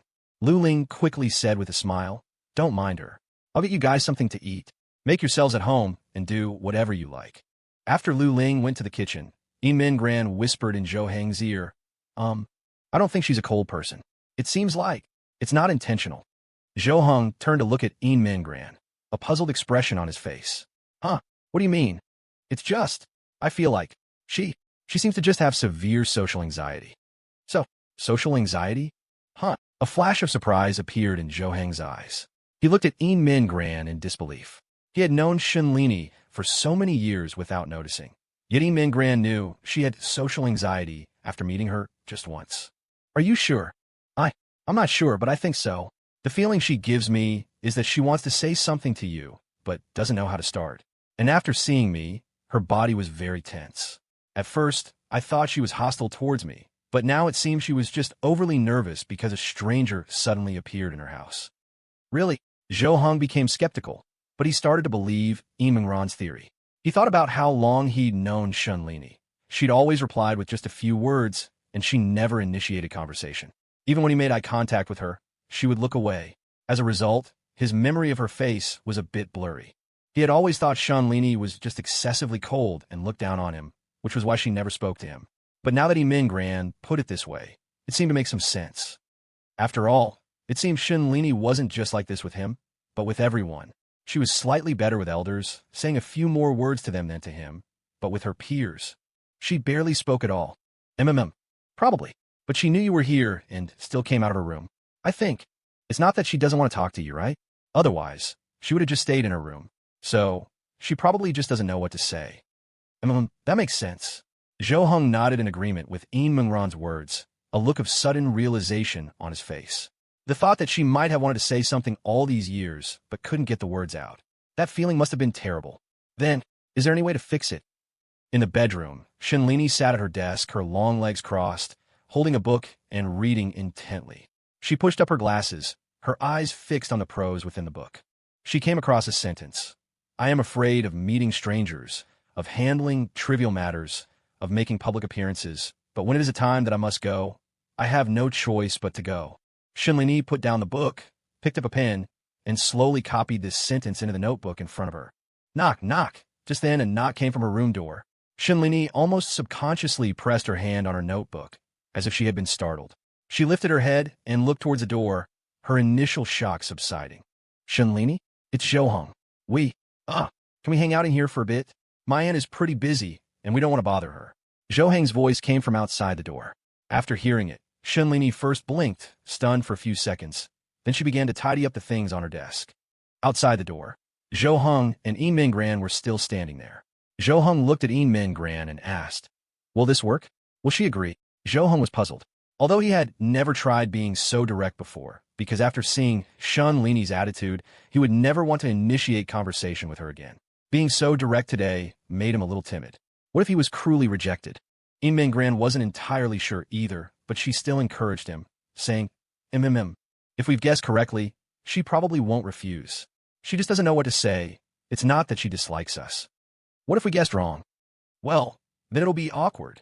Inman Ran grinned, giggling as she looped her arm through Zhou Heng's, as if seeking protection for any sudden situations that might arise. But we should help her. Her situation is already very serious. If it continues like this, she'll end up with autism sooner or later. After about a minute, there was still no sound from inside.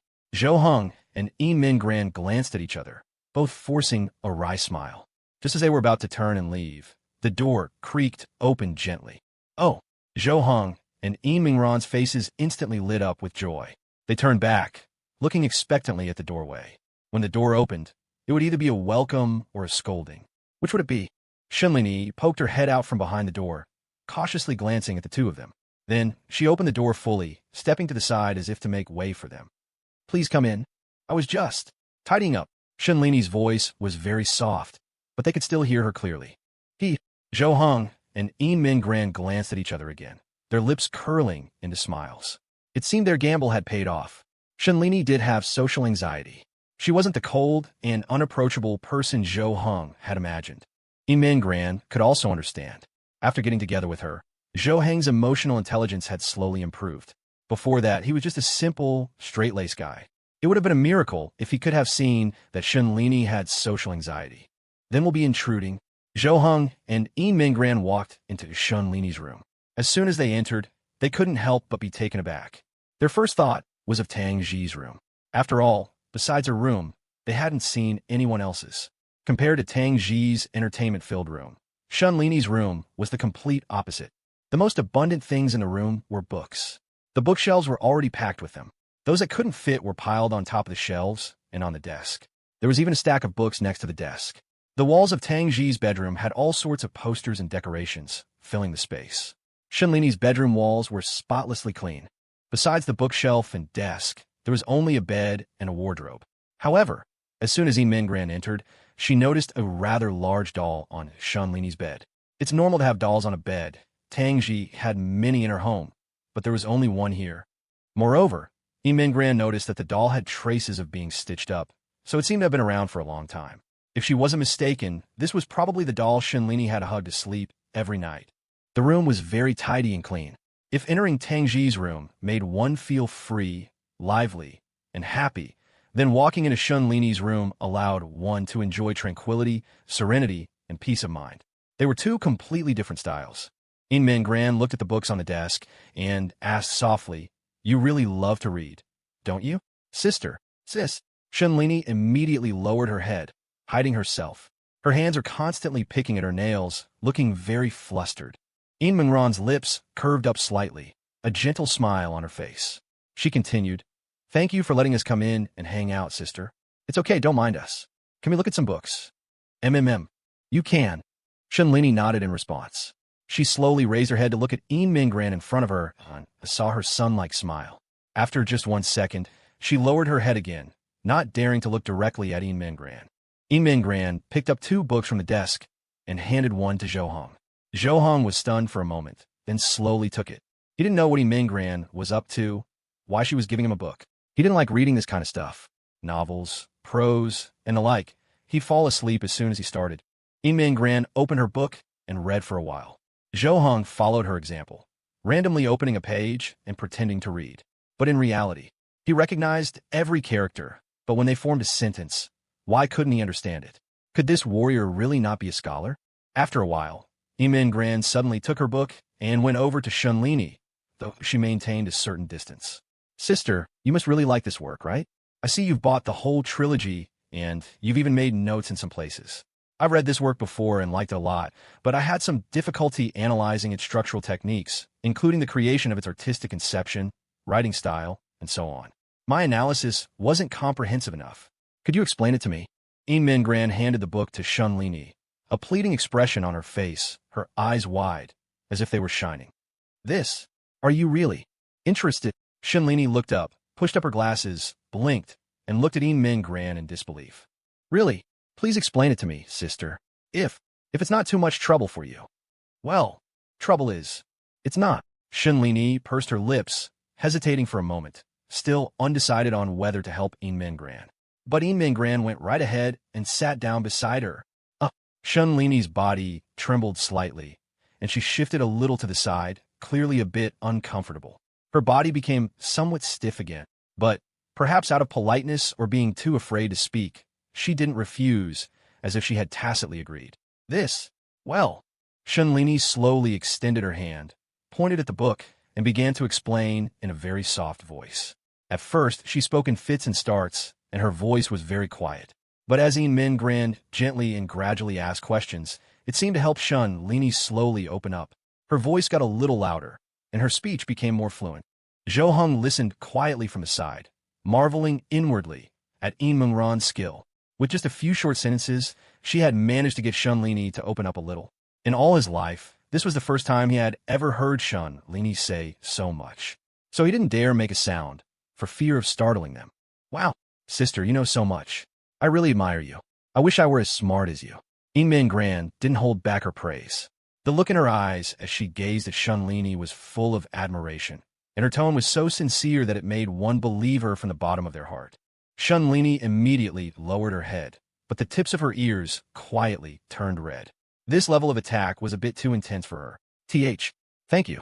Despite this, Shunlini didn't forget to say thank you. This one phrase was probably something she had to force herself to say. Inman Ran's lips curved upwards. She knew it. Shunlini could be guided. She wasn't in a state that couldn't be changed. That being the case, she could proceed to the next step. "Sister, how is your relationship with Zhou Hong? Before Zhou Hong brought me here, he said that you two get along very well," Inman Ran said, looking up at Zhou Hong, as if giving him a signal. Upon hearing this, Shunlini also subconsciously glanced at Zhou Hong, only to find him looking back at her. Awkwardness seemed to appear on both their faces in that instant. Shunlini was stunned for a few seconds. She opened her mouth, but said nothing. After all, she knew very well how she treated Zhou Hong. If that could be called getting along well, it would be truly absurd. So what should she say? Should she say the relationship was terrible? Wouldn't that be a slap in the face to Zhou Hong? For a moment, Shunlini was about to suffocate from the pressure. She had no idea what to say, and her face grew redder and redder, a flush of pure embarrassment. Inman Ran quickly shot Zhou Hong another look, signaling that it was his turn to say something, or else he would really push Shunlini to her breaking point. Zhou Heng immediately caught on and slowly began to speak. Hey, my relationship with Shunlini is great. She just doesn't know how to express it. That's all. I understand her intentions. As Zhou Heng said this, he thought to himself that he had only just now come to understand Shunlini's intentions. Before this, he had thought their relationship was as bad as it could possibly be. After Zhou Heng finished speaking, Inman Ran secretly gave him a thumbs up. Zhou Heng had said it very well, achieving the result she wanted. Because what someone with social anxiety needs most is the understanding of others. Shunlini didn't know how to express herself and certainly didn't want others to misunderstand her.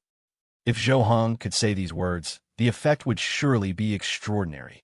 Sure enough, as soon as Zhou Heng's voice fell, Shunlini's eyes widened abruptly, her face filled with disbelief. She really hadn't expected Zhou Heng to say such things. She had treated him with that kind of attitude. Yet how could he still understand her? Seeing that the effect was good, Zhou Heng continued, so don't make things hard for her. We're all family. It's enough that we understand each other in our hearts. Understand. Inman Ran and Zhou Heng's back and forth left Shunlini utterly astonished. She had always thought she would be someone who was never understood for her entire life. As for the elders, she had already done her best to make them think she was just introverted, replying normally but never saying an extra word, barely managing to keep it up until now. Among her peers, it was an absolute disaster. Whether it was relatives or classmates, they all thought she was extremely cold. No one could have a conversation with her that lasted more than 3 sentences before they couldn't stand her attitude. So, there was no need to even think about it. She had absolutely no friends. She never expected, on this first day of the new year, she would meet someone who understood her. And she really hadn't expected this person to be one of her own relatives, Zhou Heng, with whom she barely had any contact. Even his girlfriend seemed to understand her very well. Shunlini seemed like she was about to say something. She placed her hands on her lap and clenched her fists. Zhou Heng and Inman Ran didn't speak, just quietly watched Shunlini, waiting patiently for her. After about a minute, Shunlini finally looked up at Zhou Heng and said softly, I'm sorry. The fact that Shunlini said these words made Inman Ran's eyes widen and her mouth fall slightly agape, her eyes filled with surprise. She couldn't imagine how crucial it was to get Shunlini to say this. Their actions had instantly made huge progress and achieved great success. Zhou Heng was even more stunned, and it took him a moment to react. He waved his hand and said, No. Why are you apologizing? I understand you. You just don't know what to say. It's not like you're being that way on purpose. So you don't need to apologize. We're family. This kind of small thing doesn't matter. That's right, sister. Don't worry. Regardless of how you are with other people, with us you can completely let go of any concerns. You don't have to think about what to say or worry about your attitude. We are both family and friends. Inman Ran reached out and gently placed her hand on Shunlini's arm. Her body trembled slightly, but she didn't seem to mind Inman Ran's touch. Hearing Inman Ran's words, Shunlini pursed her lips. Friends. That's right. Friends. You can tell us anything, whether you need our help or just someone to listen. We will absolutely be there for you. Although this is the first time I've met you, sister, I really have a good feeling about you. You. Just call me Xiao Ran or Ran. No need to be so polite with me, sister. A beautiful arc formed on Inman Ran's slightly pursed lips as she smiled gently at Shunlini. Zhou Heng admired Inman Ran's social skills. No wonder her social circle was so good. Who could resist such an offensive? To achieve this effect in just a few minutes, calling her sister this and sister that was more intimate than a real sister. He himself had never called Shunlini sister. At this point, most people's impression score of Inman Ran would surely be very high. It was hard to imagine that such a person used to have social anxiety. Her mindset must be truly amazing to have overcome it and become so cheerful. It was probably all thanks to Inman Ran's parents. At that time, family was the most important factor influencing her. From this, it was clear that Inman Ran's parents must have been very good people. Unfortunately, such good people had to suffer such misfortune. Ran, you are really nice. I hope you and Zhou Heng can be happy. Shunlini stammered out these words. Her voice was still very soft, but it was clear. When Inman Ran heard this, she was slightly taken aback. Then she opened her arms and hugged Shunlini's body. Wow, thank you, sister. Don't worry, I will definitely not let you down. After being hugged, Shunlini's body once again stiffened. Her cheeks flushed red in an instant, a blush spreading from her neck all the way to the tips of her ears. Seeing her like this, Zhou Heng quickly told Inman Ran to let go. Otherwise, Shunlini might faint. All right, babe, let her go. Inman Ran giggled and released her hands, and Shunlini slowly began to relax. Just now, this was actually a bold test by Inman Ran in preparation for the final step. If the test was successful, as it was now, then she could proceed to the final step and get Shunlini to completely open her heart. Sister, I know, you must have some past experiences that have greatly affected you. Your personality surely wasn't like this from birth. Something must have influenced you. Can you talk about it? Inman Ran was now certain that Shunlini's social anxiety was not innate. Otherwise, it would have been impossible for her to slowly improve under her guidance. This was definitely caused by some later experience, just like her own past. This kind of situation required the most understanding, which was why she wanted to ask what had affected Shunlini. After Inman Ran asked this question, Shunlini fell silent, pursing her lips and lowering her head. A shadow once again fell over her face. Inman Ran wasn't in a hurry and just waited quietly. She knew that Shunlini would talk. She would definitely say it. After a few minutes, Shunlini finally spoke, uttering a single word. Inman Ran and Zhou Heng both perked up their ears, afraid to miss a single word. Shunlini looked at the floor and continued. When I was little, in kindergarten because I was sick, I had to shave off all my hair. When I went back to school, they all laughed at me, calling me a little nun. They snatched my hat and drew on my head with crayons. I never went back to kindergarten after that. I stayed at home until my hair grew back, before I went out. Shunlini's words made both Zhou Heng and Inman Ran frown tightly. Kindergarten, that was only 4 or 5 years old, to experience something like that. Staying at home until her hair grew back. That would take at least a year or two. During that time, she hadn't left the house. No wonder she became like this. They have no manners. Zhou Heng couldn't help but curse. He knew that little kids don't know any better, but to trample on a little girl's dignity like that was just shameless. Then, when I went back to school, it was elementary school. I didn't dare to talk to other people, and they said I was pretentious. Shunlini buried her head low, seeming to recall that sad past. It was bad enough that no one understood her, but she was repeatedly misunderstood. The more she was treated this way, the more she dared not speak, and the more she was unable to voice these thoughts, creating a vicious cycle. Now, she felt that only the world of books could give her peace. Interacting with people was simply too terrifying. Zhou Heng and Inman Ran were silent for a long time. Then, Inman Ran suddenly reached out and gently placed her hand on Shunlini's shoulder. When Shunlini looked up, she slowly turned Shunlini's body to face her. The next second, she gently pulled Shunlini into her arms. Shunlini was suddenly stunned, a flash of surprise in her eyes. Her expression was bewildered, her eyes wide. Before she could react, Inman Ran's voice sounded softly in her ear. To have gone through something like that and still be able to persevere until now, to tell us these things, an ordinary person definitely couldn't do it. You're already very strong. All these years, it's been hard on you, sister. Inman Ran's words were like claps of thunder, repeatedly striking her fragile heart. Her pupils trembled slightly, until she felt a sting in her nose and her vision began to blur. Crystal clear tears welled up in her eyes.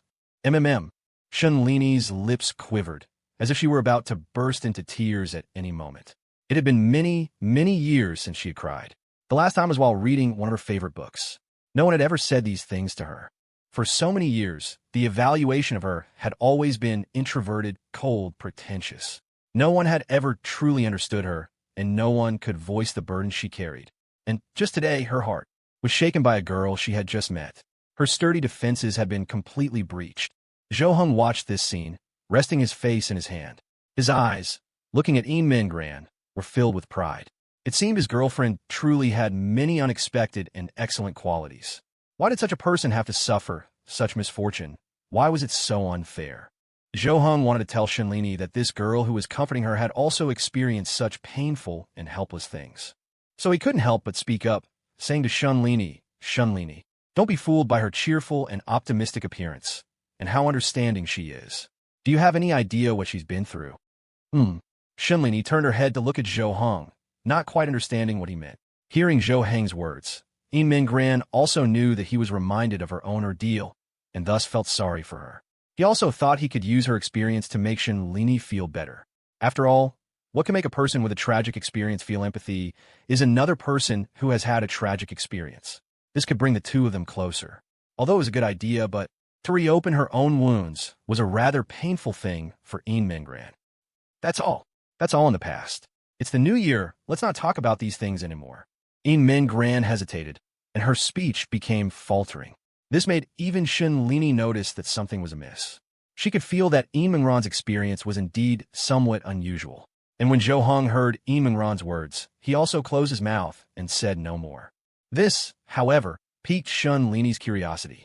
She found it hard to imagine what unspeakable past a person with such a good personality like Inman Ran could have. Even if she didn't know, she also understood how to respond. Shani slowly raised her arms and gently hugged Inman Ran's shoulder. She whispered in her ear, "You've had it rough." Inman Ran's eyes widened in surprise. After a few seconds of being stunned, a joyful smile appeared on her lips. She glanced at Zhou Heng, who was sitting there, and Zhou Heng nodded gently, a smile spreading from the corners of his eyes. Thank you, sister. Let's add each other as friends. We'll keep in touch from now on." Inman Ran quickly took out her phone, wanting to add Shani as a friend. Now that she had successfully opened Shani's heart, adding a friend shouldn't be refused. As long as they officially became friends, she could slowly help Shani become less socially anxious. Shani hesitated, then slowly took out her phone. When Inman Ran saw Shani's phone, she couldn't help but be stunned for a moment, her eyes wide and her mouth slightly agape, her face full of disbelief. Because the phone she herself used was Zhou Heng's old phone, which she hadn't replaced. This phone was already outdated and no longer available for purchase new. But Shani's phone was even more ancient than hers. It could still be considered a smartphone, but if it were a few generations older, it would probably be a senior's phone. Shani opened her friends list. Inman Ran glanced at it, and it was truly a pitiful sight. There were probably fewer than 10 people in total. Inman Ran added Shani as a friend, then looked at Zhou Heng and asked, "Honey, aren't you going to add sister as a friend?" I have her as a friend already. If she hasn't blocked me, I should still be able to find her." Zhou Heng awkwardly pointed at Shani and said with a wry smile. Inman Ran looked at Zhou Heng in surprise. She hadn't expected that Zhou Heng had Shani as a friend. She had just seen Shani's list, which had fewer than 10 people. Was Zhou Heng actually one of them? She really hadn't noticed that. Shani lowered her head and said softly, It's just Zhou Heng. He was the only one who ever asked for my contact information. Besides him, no one else has." Maybe I'm just thick-skinned." Zhou Heng laughed awkwardly, realizing that he probably didn't think much of it at the time. After all, he was a straight-laced guy with a thick skin, so he didn't care about those things and just asked for her contact information directly. Others probably saw Shani's attitude and were deterred, so they didn't dare to ask. At this point, Inman Ran finally understood.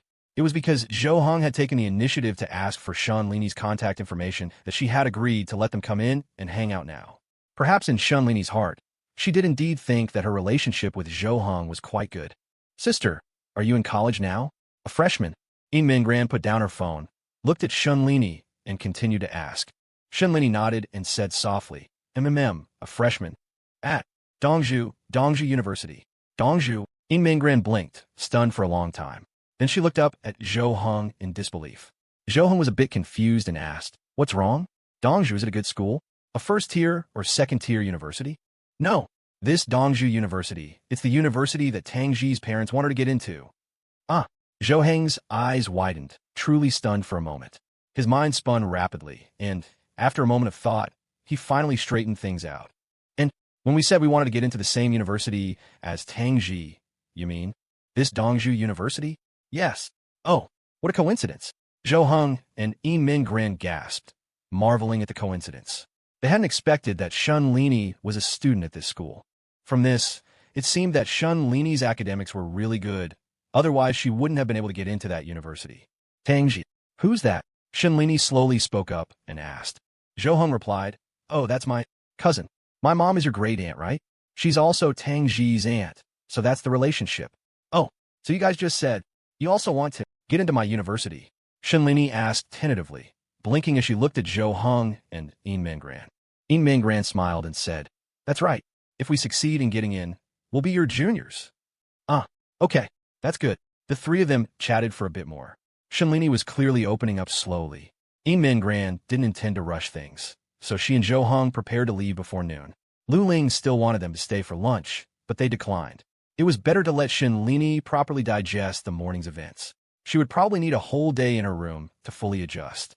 Before leaving, Inman Ran said to Shenlini, "Sister, text me when you're free, okay? I'll treat you to a meal. Don't refuse." Shenlini stood at the door, looking at Inman Ran's smiling face. She slowly raised her hand and responded softly, "Ah, okay." Beside them, Lu Ling's eyes widened. She knew her own daughter. She knew exactly what was going on. For her to let the two of them into her bedroom to hang out was already incredible to her.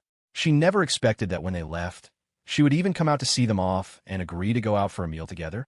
Was this still her daughter? After the two of them left, Lu Ling took Shenlini's hand and asked softly, "Zhou Heng's girlfriend, she's a very nice girl, isn't she?" Exceptionally. Good. The third-year high school students' winter break was about to end, with only a few days left. For them, it felt as though the holiday had just begun, only to end so quickly, without them having enjoyed anything. On this day, Inman Ran and Zhou Hong were at home, studying together. Except for going out on the first day of the new year, they had spent the rest of their time studying at home. The atmosphere was even more tense than when they were in school. Inman Ran was giving it 200% of her focus. During her studies, her expression was extremely serious, as if she had temporarily forgotten that they were a couple. And Zhou Hong was especially cooperative, as if he were in an extremely strict cram school. At least, this cram school was the best one for him. Inman Ran's grades were impeccable, and with their relationship, Inman Ran knew Zhou Hong very well, so her teaching style was very suitable for him, making it comfortable to learn. So tired. Let's take a break for a bit." Zhou Hong let go of his pen and leaned back in his chair, letting out a sigh of relief, as if he had been holding his breath the whole time. This actually indicated that he had been in a state of high tension, not daring to relax. There's really no need to be so tense. It was just studying, and being too tense wasn't good. But this was a good method that Zhou Hong had discovered for himself. As long as he was in this state, his learning ability would increase, and his studies would be twice as effective. After Zhou Hong relaxed, Inman Ran immediately changed her state, came up behind Zhou Hong, and started to massage his shoulders. "You've worked hard. Want some fruit? I'll go cut some for you." "No need. You've worked hard too. Let's both take a good break. We have to continue studying later." Zhou Hong pulled Inman Ran over and had her sit on his lap. Inman Ran obediently lay in Zhou Heng's arms. She especially loved Zhou Heng's embrace. It was solid and gave her a great sense of security. Ding! Just then, Inman Ran's phone chimed. She was a bit puzzled, wondering who would be sending her a message at this time. She took out her phone, glanced at it, and then excitedly showed it to Zhou Hong. "It's a message from Sister Shenlini. She really sent me a message." "No way. Really?" Zhou Hong looked at the phone in surprise. He hadn't expected it to actually be a message from Shenlini.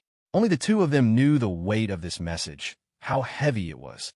"She really remembered that I said I would treat her to a meal. She said she's only free this afternoon, and she has to go back to school tomorrow." Inman Ran was very happy. It meant that Shenlini had really taken her words to heart. At the very least, this meant she considered her a friend. Otherwise, for Shenlini, saying these words would be harder than dying. I feel like she edited this message for 2 days, then hesitated for another 2 days before finally sending it. "Then let's ask her out for a meal. We could take a break this afternoon anyway." Inman Ran nodded and quickly replied to Shenlini's message, afraid that if she replied too slowly, the other person would retract the message. After a few dozen minutes, the two of them finally made arrangements. Inman Ran replied to the messages instantly, while Shenlini's side was a cycle of waiting, but they knew this speed was already very fast. At least it didn't make them wait for several more days. "Let's go. We'll go pick her up." "Okay." Zhou Hong and Inman Ran quickly tidied up and then went out. They didn't want Shenlini to walk too far by herself, because she might have regrets along the way and turn back to go home. So they decided to go pick her up directly. After going downstairs, the two of them hailed a cab and went straight to Shenlini's house.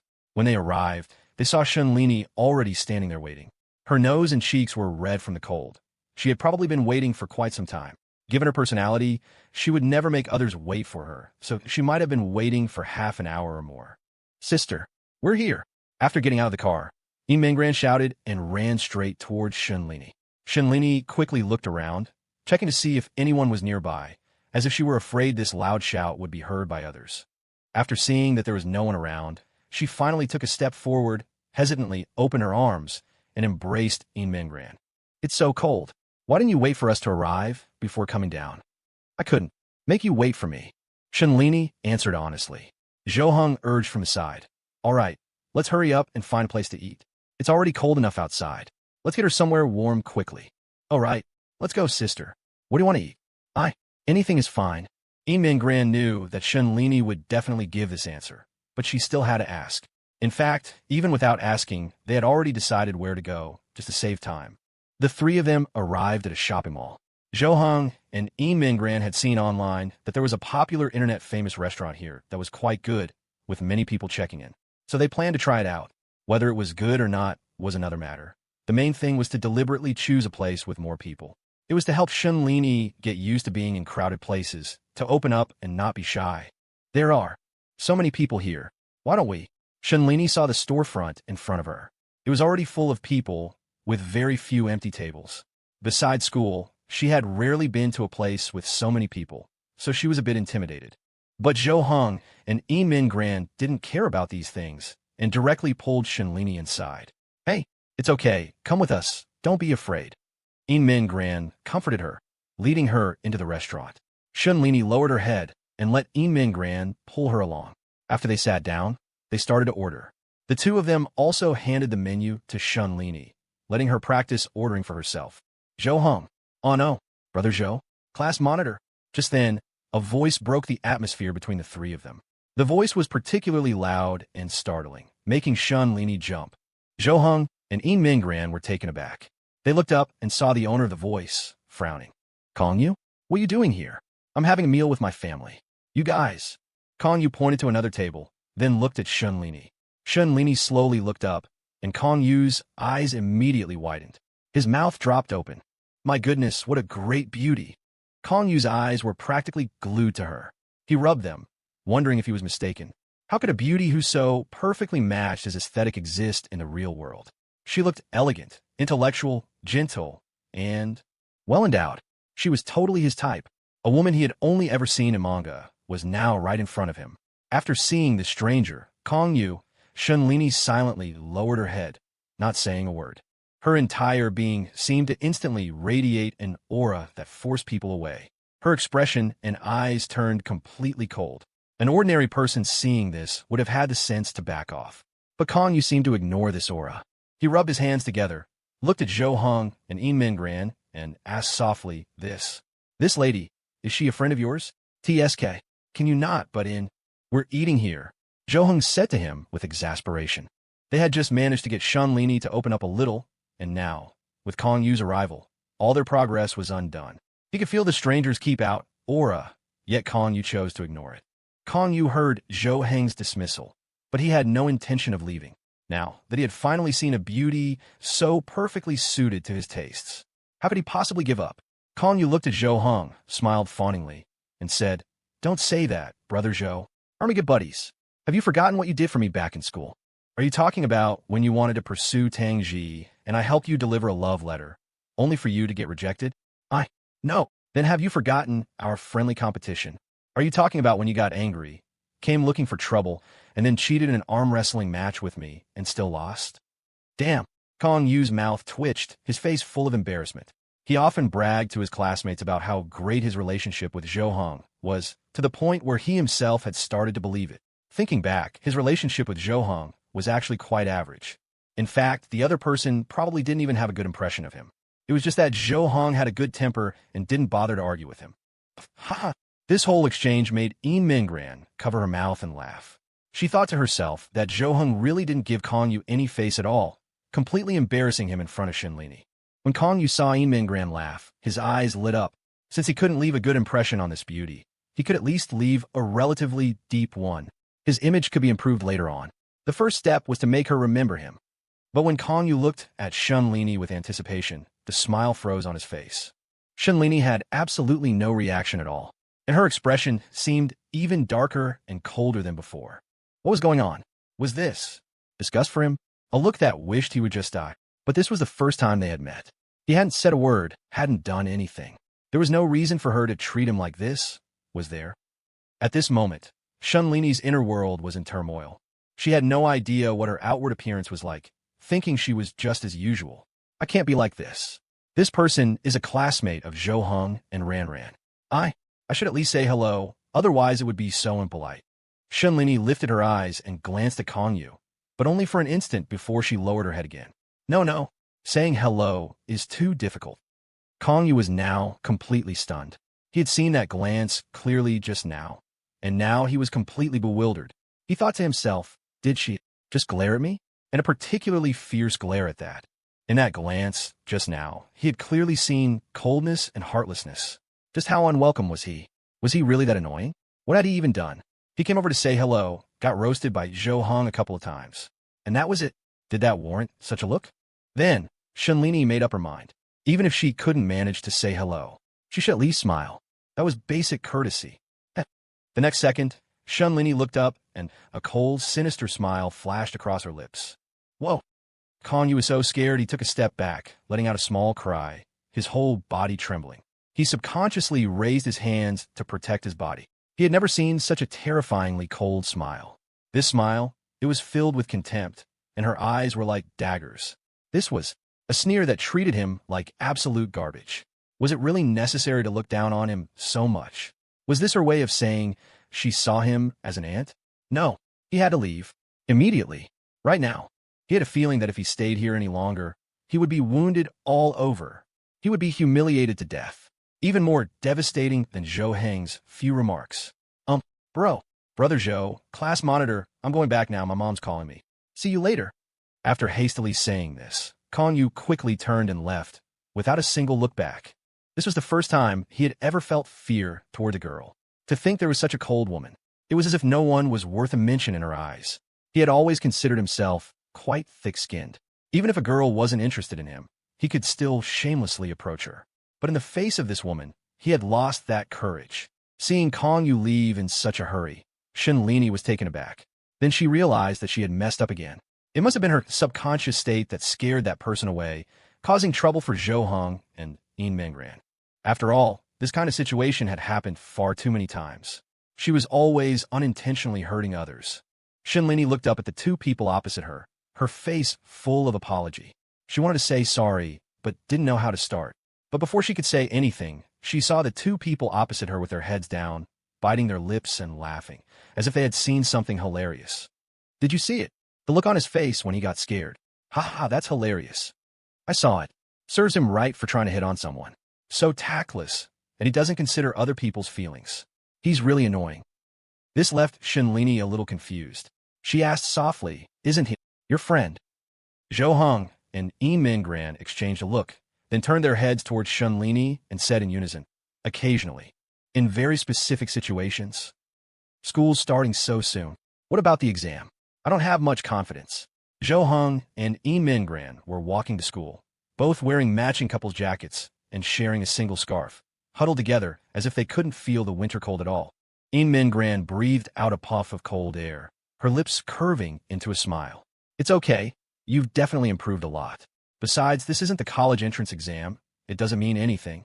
We still have a whole semester. Don't be nervous. Inman Ran reached out and gently patted Zhou Heng's head, comforting him. Zhou Heng let out a breath. Inman Ran's comfort made him feel much better. Ding! At that moment, Inman Ran's phone rang. She took it out and saw it was a message from Shunlini. Look, she sent us a picture of Dongju University. Really? After we had dinner and went back yesterday, you two seem to have chatted a lot, right? Zhou Heng glanced at Inman Ran's phone. It was indeed a message from Shunlini. In the past, he would have never imagined such a situation, where Shunlini would take the initiative to send a message. It really wasn't easy. She can chat with me normally now, although sometimes I can still feel she's a bit scared. It's much better than before. Inman Ran smiled and nodded, replying to Shunlini's message. After arriving at school, the two of them temporarily separated, not wanting to enter the school so intimately. When they got to their classroom, they found they were the last students to arrive. The homeroom teacher, Ms. Wang, was already standing at the podium. Do you two know you were almost late? Hurry up and get to your seats. Ms. Wang looked at the two of them helplessly and said in a low voice. Okay. Zhou Heng and Inman Ran, under the gaze of the entire class, felt a bit awkward and lowered their heads, even though probably no one in the class didn't know about their relationship. Those two are still getting along so well. It's been almost half a year, right? Inman Ran turned his head and said to Tang Xi, who was sitting behind him. Tang Xi, however, had her head down, working on problems. Hearing Inman Ran's voice, she didn't look up. Isn't that great? Tang Xi replied softly, the movement of her hand never stopping as she continued to work on the problems. Inman Ran glanced at her, puzzled, and mumbled, "Tisich, such a flat reaction. No fun.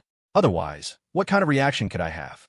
Tang Xi shrugged, speaking nonchalantly. But just then, she saw the character she had just written. It was Joe. She quickly crossed it out with her pen, scribbling over it in black, pretending nothing had happened, and continued writing. Zhou Heng sat down in his seat. As he put his bag down, a lollipop rolled onto his desk. Zhou Heng glanced at Tang Xi next to him, then picked up the lollipop and put away, saying, "You look a bit listless. Were you up playing games half the night again?" Tang Xi shook her head, listlessly saying, "Quite the opposite. I haven't played any games for days. That's why I'm so drained. I didn't do my dailies, missed the New Year's event, didn't use my stamina, and was absent from the guild war." "You must have been busy over the New Year then. I was originally planning to have you do some quests on my account." "Forget it, I don't have the time. This last semester, I won't be able to play much. I have to prepare for the college entrance exam.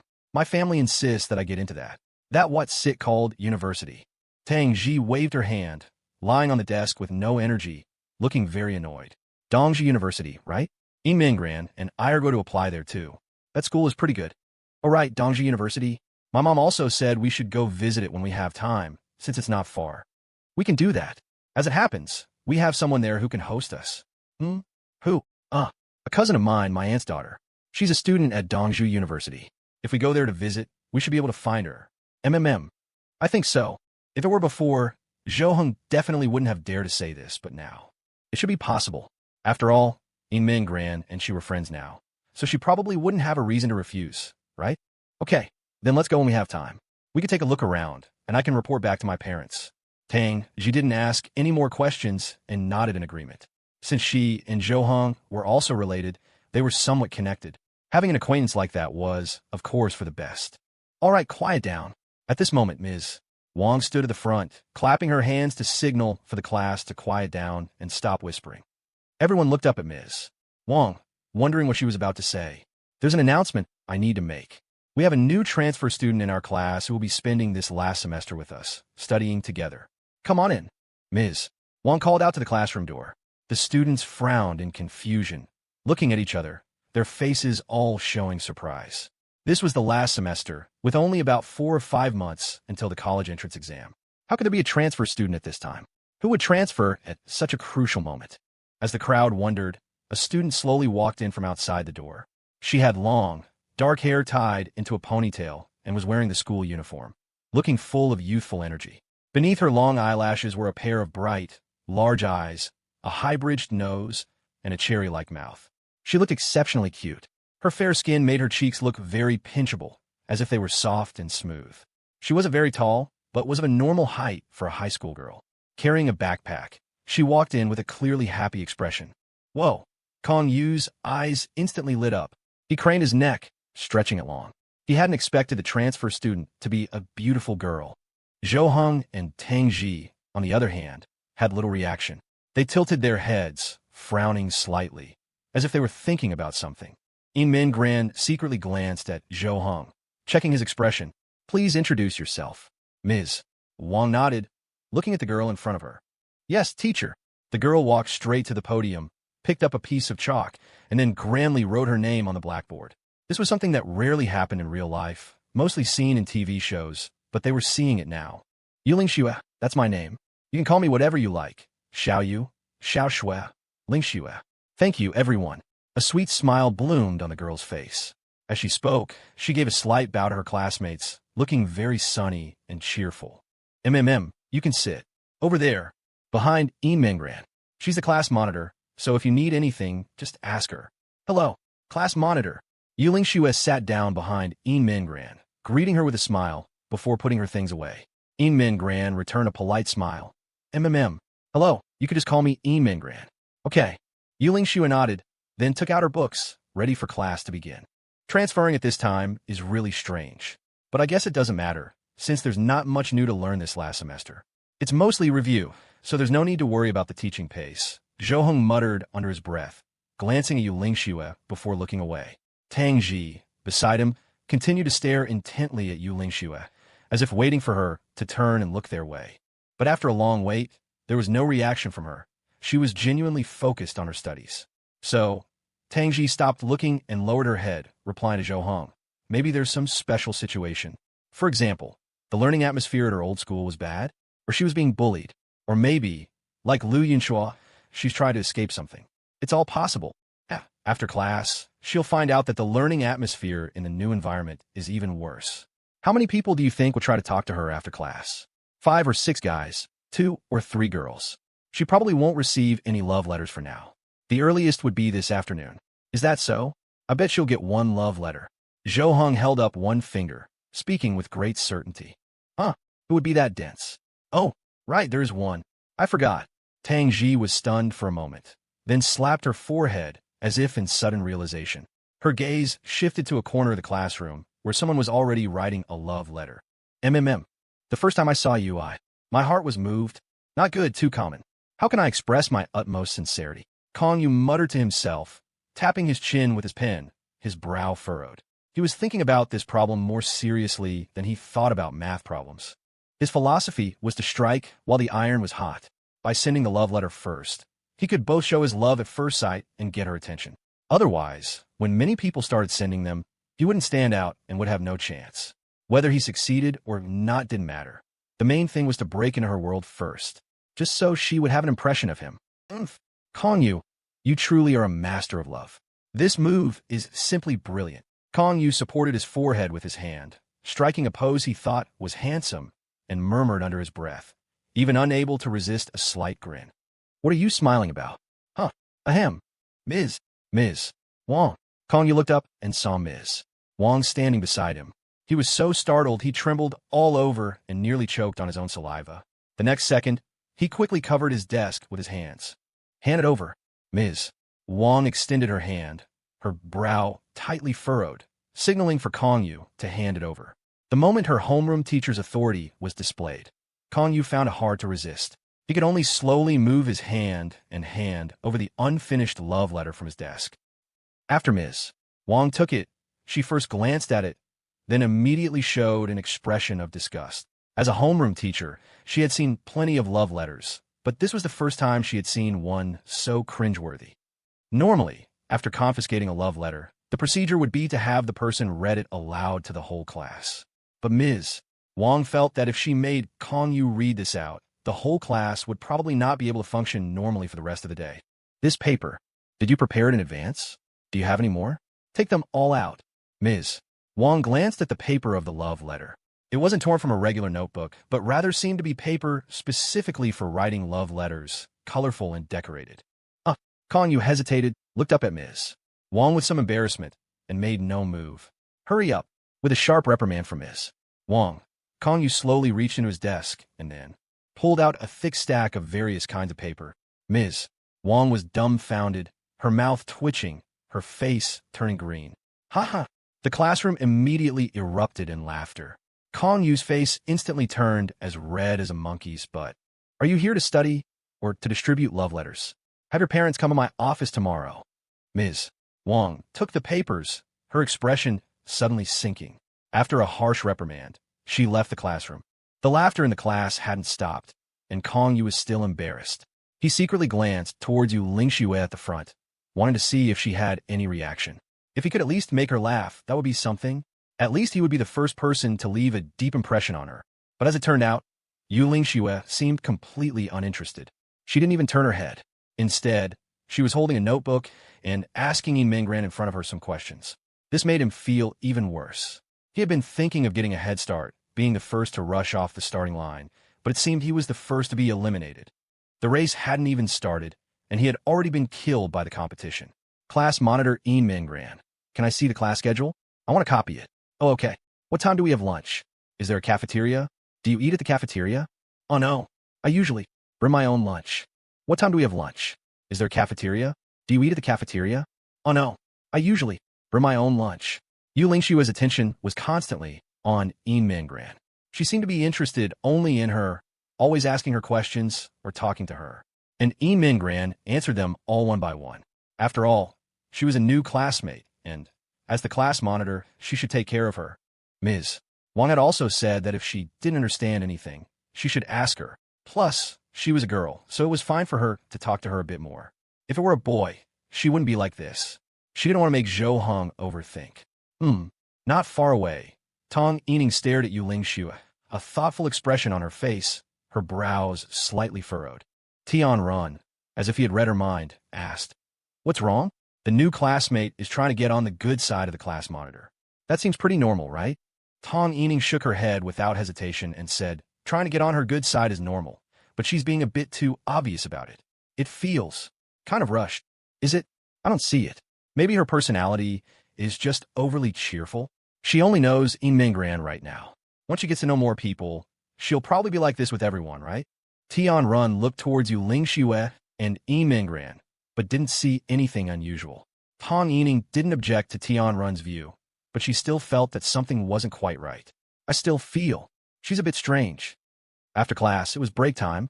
Most of the students slumped onto their desks, preparing to take a short nap. For some reason, they were especially sleepy in the morning, probably not yet recovered from the New Year holiday. Classes at this time were particularly tiring. Today was the first day of the new semester, a bit of a transition period. Tomorrow, they would have exams to get the students into a state of tension as quickly as possible to prepare for the college entrance exam. After class, Inman Ran stood up from her seat and, as usual, prepared to go find Zhou Heng and Tang Xi to hang out. Little did she know that as she got up and left, someone was following behind her. By the time Inman Ran reached Zhou Heng's side, before she could say anything, she heard a voice from behind her. "Class monitor, could I trouble you to show me around the school? Tell me where the cafeteria, library, and restrooms are. Is that okay?" Inman Ran was taken aback. She turned her head and saw that standing behind her was none other than Yuling Shua. She had her hands behind her back and was smiling at Inman Ran. Zhou Heng and Tang Xi also looked up at Yuling Shua, frowning with some surprise. Before class, she had been pestering Inman Ran with all sorts of questions. They had seen all of that. Why was she still bothering Inman Ran after class? "I'm so sorry. It's because I only know you right now. Here, a thank you gift for you." Yuling Shua brought out a bag of small cakes from behind her back and handed it to Inman Ran, an apologetic look on her face. With such an attitude, Inman Ran found it impossible to refuse. The girl was a new classmate in an unfamiliar place. As a class monitor, it was her duty to take care of her. Plus, her attitude was so sincere and polite. How could she have the heart to refuse? Hello, you two." Yuling Shua, as if she had just remembered, brought out two more and handed them to Zhou Heng and Tang Xi. Zhou Heng and Tang Xi exchanged a look, then reached out to take them, saying softly, "Thank you. What are your names?" "Zhou Heng, Tang Xi." "Wow, you all have such nice names." You too." Zhou Heng and Tang Xi grinned, their smiles somewhat stiff. They had never met someone so enthusiastic, optimistic, and cheerful. It felt like she was even more social than Inman Ran. For the two of them, whose social skills were relatively weak, it was a bit hard to handle her attitude. Afterwards, Inman Ran took Yuling Shua and left the classroom to show her around. Tang Xi watched the two of them leave and whispered to Zhou Heng, "She seems to have no flaws at all. Often, people like that. Being too normal is abnormal." Zhou Heng nodded and continued, "But there's no need to be too guarded. We're all just students. What could she possibly be planning? Murder and arson. At most, she's just a bit manipulative. We just don't need to get too close." At noon, during lunchtime, Inman Ran came over to Zhou Heng and Tang Xi's side, and the three of them ate together. Before they had been sitting for long, Yuling Shua came over with the food she had bought and sat down next to Inman Ran. The three of them were taken aback, but didn't say much. "Can I join you? I think this is pretty good. I'll share it with you." Yuling Shua shared the delicious food she had bought with the other three. They felt a bit embarrassed to accept, but also too embarrassed to refuse, so they reluctantly accepted, replying with a thank you. This left them with even less reason to refuse Yuling Shua joining them. They were all thin-skinned and found it hard to refuse other people's kindness. "Then, you should try some of ours too." Inman Ran moved her lunchbox over, preparing to let Yuling Shua have a taste. "Wow, then I won't be polite." Yuling Shua happily picked up a small bite and put it in her mouth. "Oh!" She first let out a small exclamation of surprise, but this sound quickly disappeared. After being stunned for about 2 seconds, her eyes lit up. Wow, this is so delicious. Did you make this yourself? No, this was my... Zhou Hong made it. Inman Ran pointed at Zhou Hong opposite her and said softly, Really? You can cook? That's so amazing. Wait a minute. You made your lunch. Could it be? Yuling Shua was slightly taken aback. She looked at Inman Ran, then at Zhou Hong, blinked her eyes, and slowly showed a look of surprise. Inman Ran nodded gently and replied, He's my boyfriend. I see. No wonder you two look so good together. Upon hearing this, Yuling Shua's face lit up with a smile, like a gossip-loving girl who had just heard some explosive news. Thank you. When Inman Ran heard Yuling Shua say they were a good match, a genuine smile appeared on her face. The lunch break passed quickly, and Inman Ran continued to show Yuling Shua around the school. Zhou Hong and Tang Xi sat in their original seats, as if they were thinking about something. Did you notice? After a moment, Tang Xi slowly spoke. I noticed. Before she even tasted the food you made, she was already planning to exclaim and praise it. Maybe she didn't expect it to be genuinely delicious. The praise after that was sincere. Zhou Hong nodded and said, it's quite strange. Maybe she's trying to deliberately suck up to us. She's quite manipulative. After school, Yuling Shua also walked with Zhou Hong and the others, and at the gate, she cheerfully said goodbye to them. Bye-bye. Be careful on your way home. See you tomorrow. BZZ. After the two of them had walked some distance, Yuling Shua's pocket buzzed with her phone's vibration. Yuling Shua quickly took her phone out of her pocket, answered the call, and tentatively said, Hello? Dad, how was your first day? A man's voice came from the other end of the line, very deep, as if carrying an inexplicable sense of pressure. Yuling Shua's face lit up with a joyful smile, and she happily replied, It was great. The classmates and teachers were all very nice to me, and the learning atmosphere is very good. The other end of the line was silent for a few seconds before a voice slowly came out. Did you see him? Hearing these words, Yuling Shua's smile immediately vanished, her expression turning serious. Throughout the entire day, she had never shown such an expression. I saw him. Her voice also became deep, as if she had completely changed into another person. Don't disappoint, Dad. I know. Don't worry, Dad. After Zhou Hong and Inman Ran got home, they changed out of their school uniforms. Zhou Hong spoke up today. That Yuling Shua, what did she say to you? Did you feel like she was a bit strange? What she said? She didn't really say much. I just felt she was a little too enthusiastic. She was very nice to me, and quite smart. Her grades must have been good before. Inman Ran recalled her day with Yuling Shua. It seemed quite normal, nothing out of the ordinary. Just be a little on guard. After all, we don't know her well right now. I just feel like she's very calculating. Really? Actually, for me, it doesn't matter if she's calculating or not, as long as she... Inman Ran stopped mid-sentence. She had wanted to say that as long as Yuling Shua didn't use her schemes on Zhou Hong, as long as she didn't have any designs on him, then it didn't matter. She couldn't harm her in any significant way, and even if she did, it wouldn't be a big deal. But it's probably nothing. After all, there are plenty of people around us with eccentric personalities or who are overly prominent. Yeah, after that, Zhou Hong went to make dinner. He and Inman Ran now took turns, and tonight it was his. About half an hour later, dinner was ready. After all, it was just the two of them, so a simple meal was fine. Ding dong. Just then, the doorbell suddenly rang. Zhou Hong and Inman Ran froze, both looking towards the door, stunned for a few seconds. Who could it be at this hour? Zhou Hong wiped his hands on his apron and walked over to the door. He asked, Who is it? Hello, sir. I'm a new neighbor who just moved in next door. Could I borrow something? I just moved in today and forgot to buy it. A girl's voice came from outside.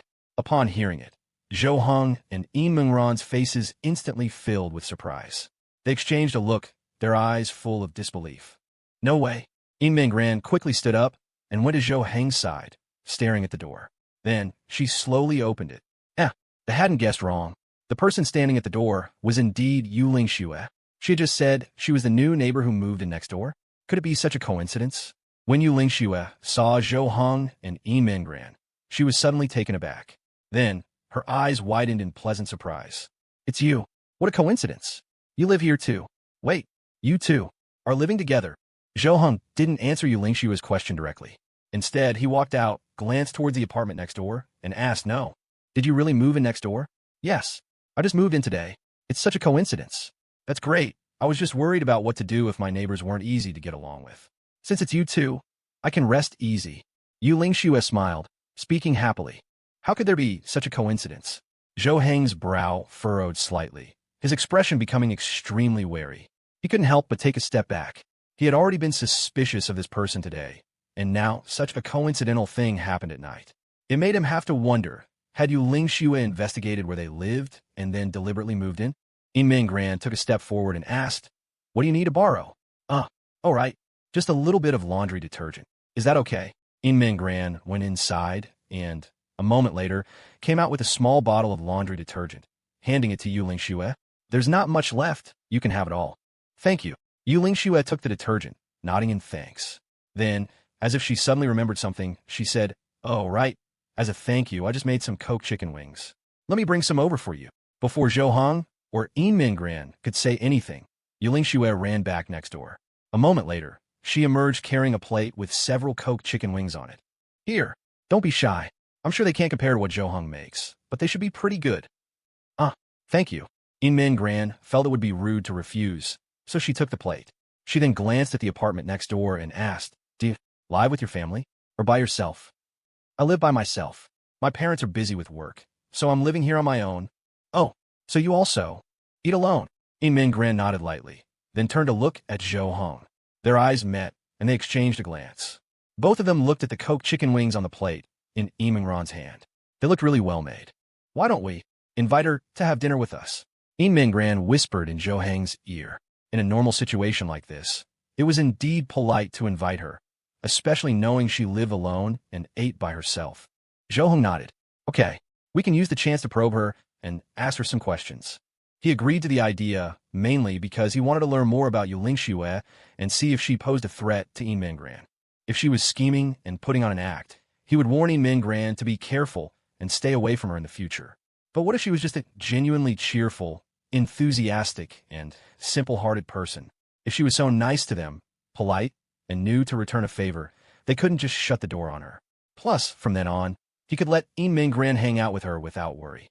Inman Ran turned back to Yuling Shua and said, "In that case, why don't you join us for dinner?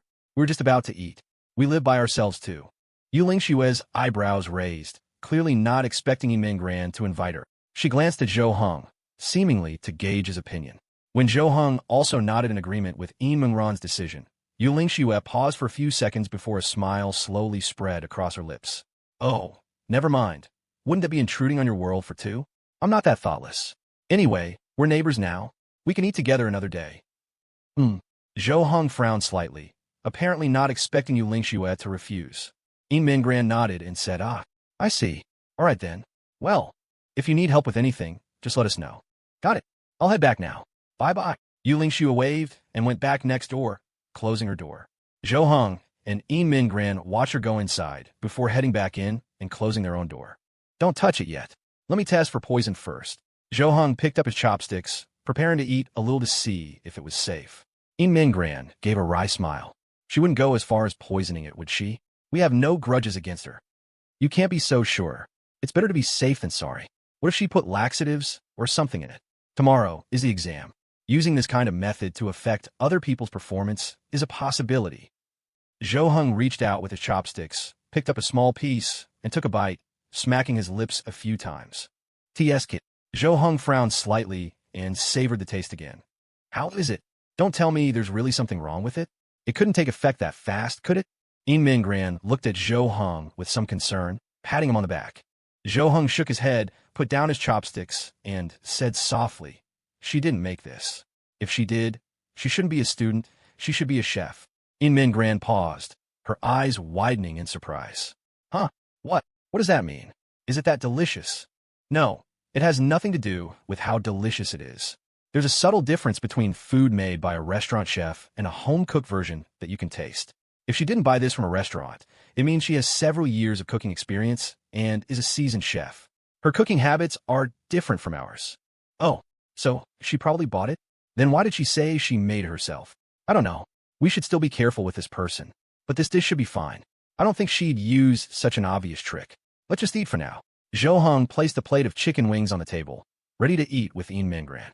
Though their minds were currently occupied with thoughts about Yuling Shua, neither of them voiced them. They both felt something was off, yet couldn't pinpoint what it was, making them wonder if they were just being paranoid. After dinner, Zhou Heng and Inman Ran went to study. They showered in the evening and then went to sleep. Zhou Heng even deliberately listened for any sounds from next door, but it was quiet. He couldn't hear a thing. But then again, it's not like he expected to hear any strange noises. The next morning, the two of them got up, planning to go to school a bit earlier. After all, it was exam day, and going early would give them some time to review and cram a bit more. But the moment they stepped out the door, they also heard the sound of the door next door opening click. Zhou Heng and Inman Ran both looked toward the neighboring apartment, their brows furrowing slightly. Before leaving this morning, they had wondered if they would run into Yuling Shua on the way to school. That's why they had left a little earlier than usual. They hadn't expected to still run into her. Even so, after opening her door, Yuling Shua saw Zhou Heng and Inman Ran and smiled naturally, raising a hand in greeting. "Good morning, you two." Morning." Inman Ran raised her hand and responded in a small voice, while Zhou Heng didn't say a word, just watched her silently. And Yuling Shua didn't, as Zhou Heng had imagined, walk with the two of them. Instead, she walked ahead first, saying, "I'll get going then. See you at school." This action left Zhou Heng and Inman Ran confused once again.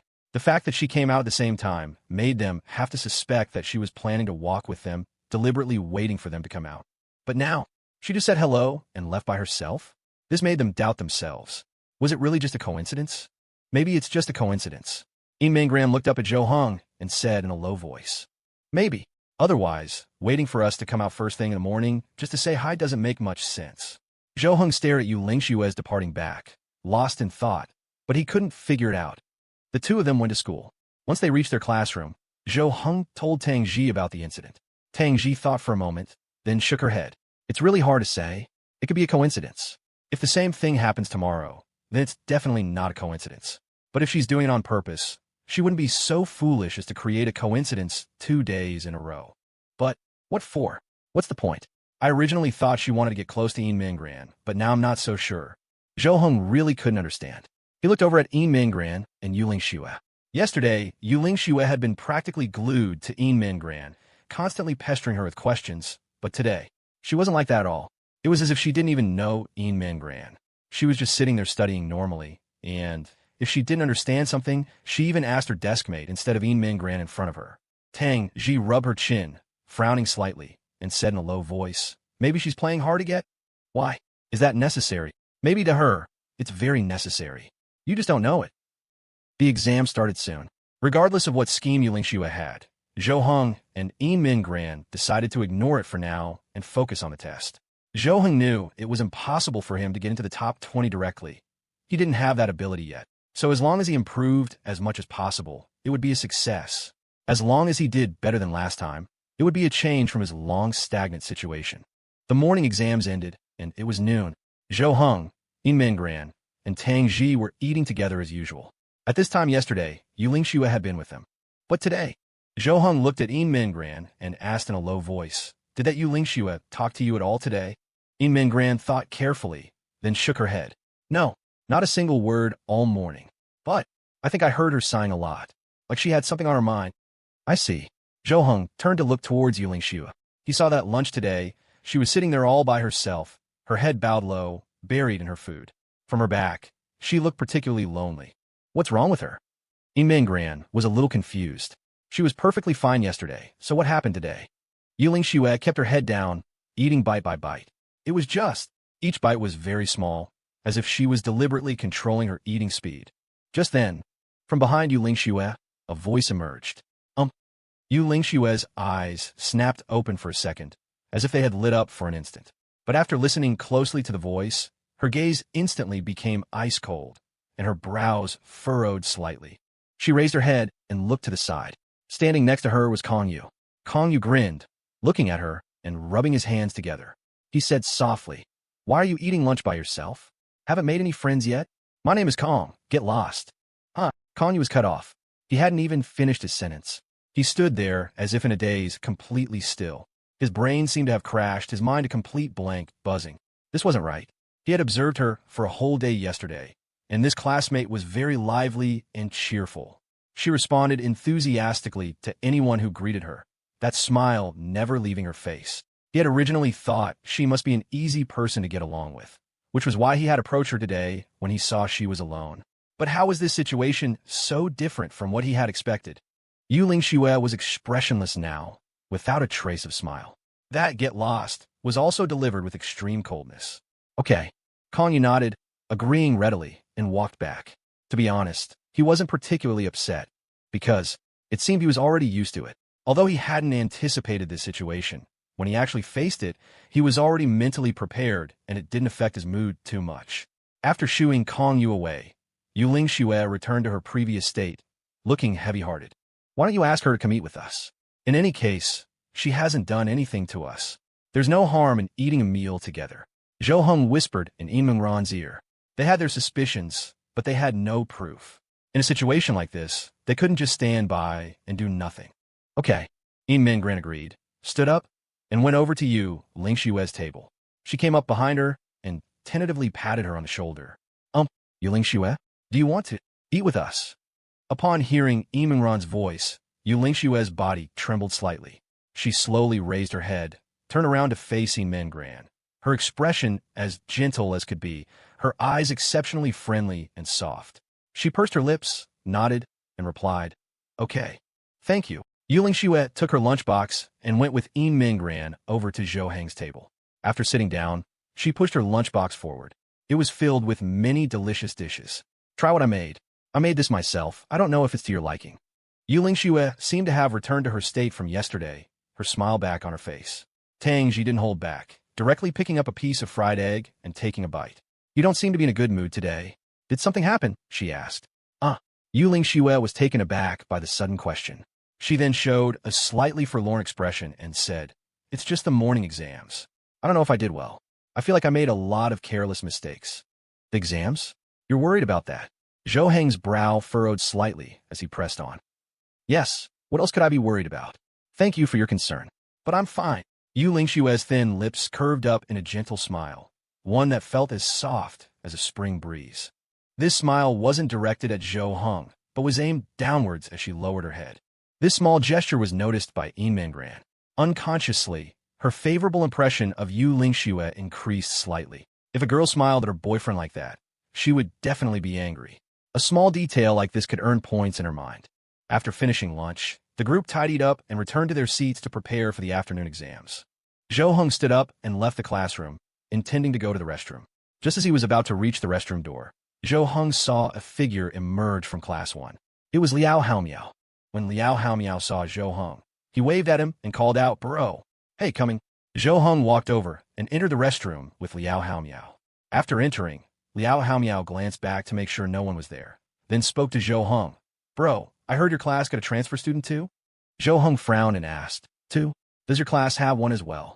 Yeah, guy. He chatted with me a lot after he came yesterday, and he seems pretty interested in you. Me? A guy? Does he know me? No, probably not. He just said he heard about a legendary figure from the last sports meet and was quite interested. Anyone would know about that. I don't know where he heard it from. That's strange. Zhou Heng pulled up his pants, turned to wash his hands, and was about to leave the restroom when he suddenly saw a boy appear at the doorway. Whoa. Liao Haomiao was startled by the boy, but he reacted quickly, pointing at him and saying, This is the new transfer student in our class. His name is Biteong. The boy said his own name before Liao Haomiao could finish. His eyes, however, remained fixed on Zhou Heng. He was tall and thin, and quite handsome. At least for a high school student, he was already considered outstanding. His gaze made Zhou Heng a little uncomfortable, and he couldn't help but take a step back. Hello. Zhou Heng nodded and gave him a simple greeting, then prepared to leave. But just as Zhou Heng walked forward and came alongside Biteong, he suddenly spoke.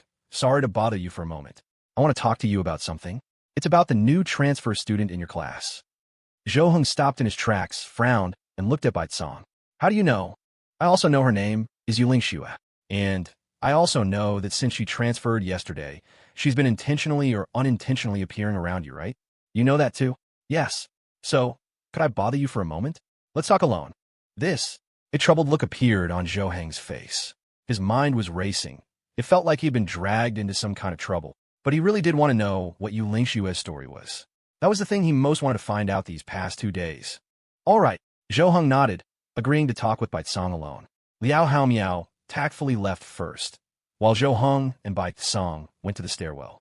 Baitsong glanced at the hallway surveillance camera and immediately found a blind spot. He stood there and gestured for Zhou Heng to come over.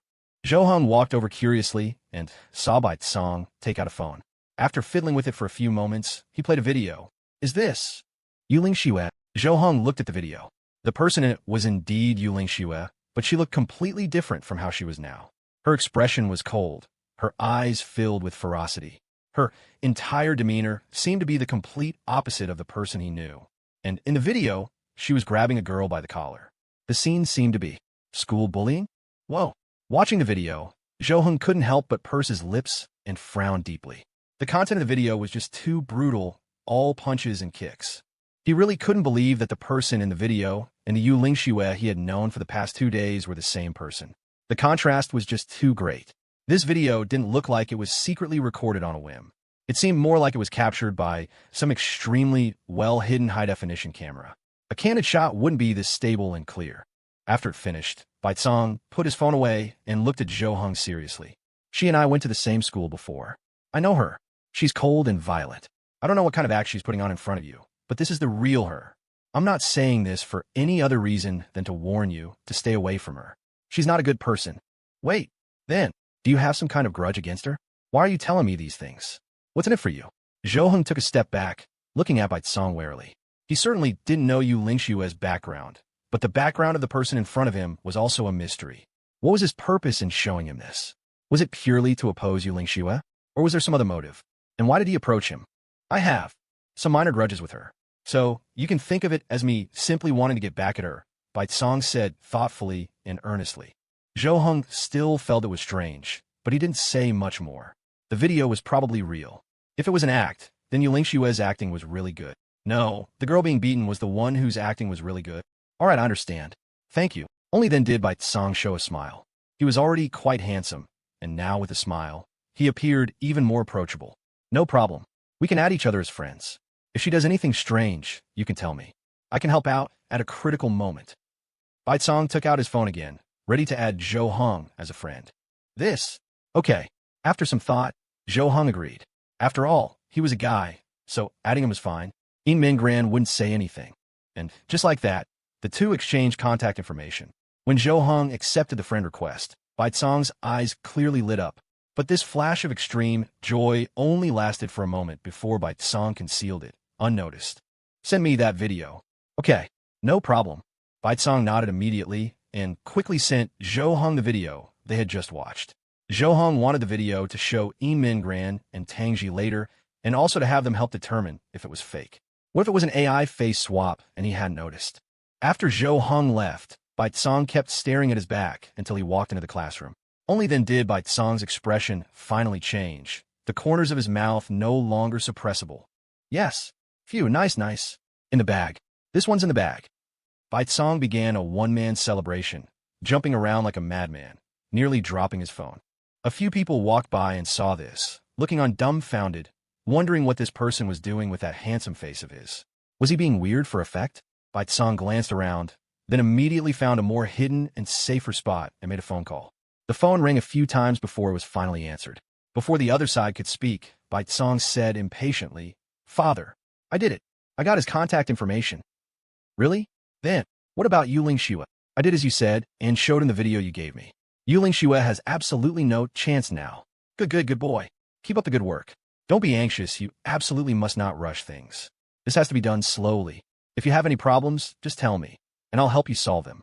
Don't worry, father. Trust me, this is just the first step to my success.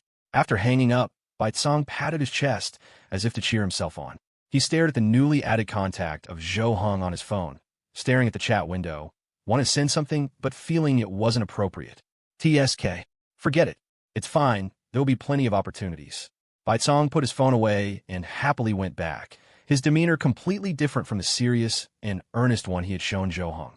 After returning to the classroom, Zhou Heng called Inman Ran over. Yuling Shua glanced over, seeming to want to go as well, but since Zhou Heng didn't call for her, she didn't feel it was her place. "What's up? So secretive." Tang Xi also leaned her head over, curious as to how Zhou Heng had seemingly discovered some great secret just by going to the restroom. After calling both Inman Ran and Tang Xi over, Zhou Heng looked around to make sure it was safe, then opened his phone and played the video Biteong had sent him for them to watch. Inman Ran and Tang Xi's eyes both widened, their faces filled with shock and disbelief as they watched the video on the phone. After watching, Inman Ran subconsciously glanced back in Yuling Shua's direction, only to meet Yuling Shua's eyes. She immediately whipped her head back, looking frightened. This small movement caught Yuling Shua's attention, her brow furrowed, and her expression changed. Tang Xi asked in amazement, "Whoa, where did you get this video? You got something like this just by going to the restroom?" "It's a long story. I just went to the restroom." And then, Zhou Heng recounted what had just happened. The two of them listened, feeling completely bewildered, not understanding why Class 1 suddenly had a transfer student as well, who also knew Yuling Shua and had some kind of grudge with her. "What's that person's name?" "I think it's Biteong." The moment Zhou Heng finished speaking, Inman Ran suddenly felt someone touch her from behind. "Class president." "Ah!" Inman Ran jumped, startled, and spun around to look behind her. The person behind her was Yuling Shua. She was holding a workbook, smiling at Inman Ran, and asked softly, "Excuse me, is the teacher in the office right now? I want to go ask a question." "Ah, yes, she should be." "Okay, thank you."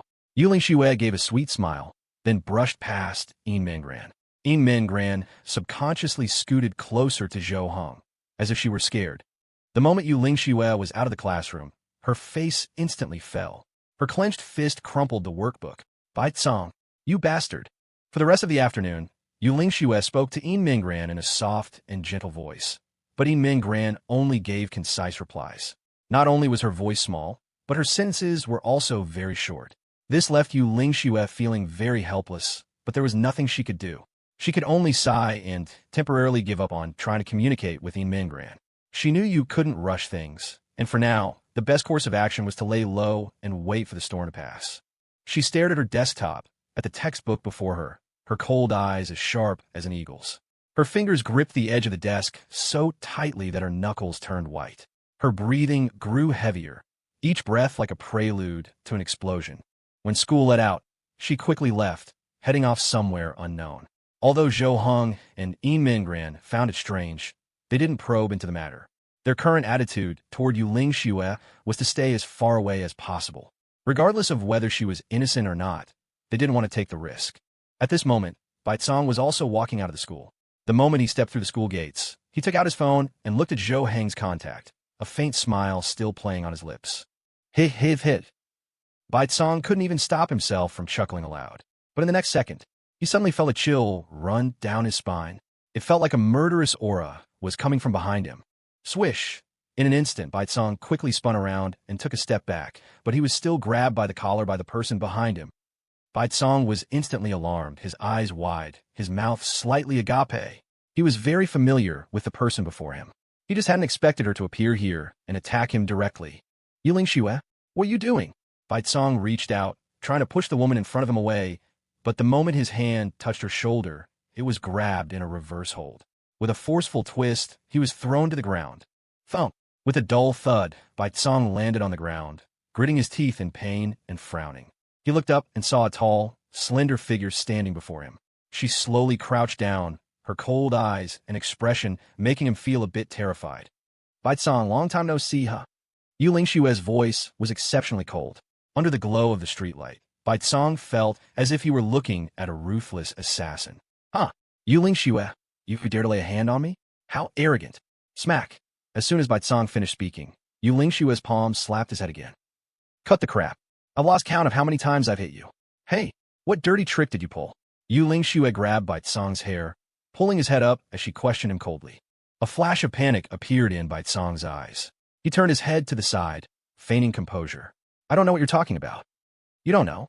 I'll make you know." Yuling Shua mercilessly rained punches and kicks on Biteong, each blow seemingly delivered with all her strength, yet also seeming to pull back just in time at the critical moment. Hey, I'll talk. Stop hitting me." Biteong quickly raised his hands, shouting for Yuling Shua to stop. It wasn't that it was too painful. As a girl, no matter how good she was at fighting, he could endure it. But if someone passed by, he would be mortified. A guy being pinned to the ground and beaten up by a girl. Yuling Shua stopped immediately, releasing her grip on Biteong's hair. She stood up, staring down at him. "All right, talk. What exactly did you do?" "Hiss." Biteong stood up, rubbing his head. "Nothing much. I just showed him the video of you beating up that bully. What? Damn it. You. No wonder. They were looking at me with such scared eyes this afternoon. I was teaching that person who was bullying others a lesson. They must think I'm the bully now. Yuling Shua clutched her head and yelled, then walked to a nearby corner and punched the wall, looking utterly frustrated. No wonder she had received those kinds of looks in the afternoon. Anyone who saw that video would probably be afraid of her. Biteong moved a little further away and said in a small voice, hitting someone is wrong anyway. What's there to argue about? I know, but so many people were being bullied by her. How could I not do anything? Besides, I already received the punishment I deserve. Yuling Shua lowered her head, looking sorrowful, as if in remorse. But then, she looked up, her eyes glaring viciously at Biteong. It made him shudder. Hey, no more hitting. If you hit me again, I'm calling the police. Biteong quickly took 2 steps back, looking extremely cautious as he put some distance between them. Yuling Shua continued to walk forward, pointing at Biteong and saying in a low voice, Biteong, you're despicable to use such a method. I'm going to tell my dad. TCH, this is competition for benefits. To put it more seriously, it's business competition. So what if it's despicable? Go ahead and tell him. Anyway, my father said he's got your dad covered. Let's see what your dad dares to do. Biteong shrugged, a smug, wicked smile on his face, as if he were deliberately trying to provoke Yuling Shua. Hearing this, Yuling Shua's face flushed even redder. She glared at him in a fury, looking like she was about to grind her teeth to dust. Then, Yuling Shua nodded, looking as if she had nothing left to lose. Fine, then neither of us will have it good. Let's go down together. I'll tell him your secret. Let's see what he thinks then. You dare. Biteong suddenly seemed to panic, his face instantly turning red as he pointed at Yuling Shua and shouted. Yuling Shua's mood seemed to improve. She crossed her arms, the corners of her mouth, lifting. Why wouldn't I dare? My dad is watching your dad too. Let's see what he can do. I'll tell him tomorrow. TCH, you think he'll believe you? You have no credibility with him anymore. Then we'll just wait and see. Anyway, I live next door to him. The one in a favorable position gets the prize first. You just wait to lose your chance. After another round of mutual taunts, the two of them stomped off angrily in opposite directions. Yuling Shua was seething with anger and didn't notice at all that around the corner, a person was standing there, having overheard their entire conversation. Tang Xi leaned against the wall, arms crossed, a lollipop in her mouth, watching Yuling Shua's departing back with great interest. Business competition. Interesting. Tang Xi murmured, a faint smile on her lips. Crack. She bit the lollipop in her mouth in half, spat out the stick, and then started walking in Yuling Shua's direction.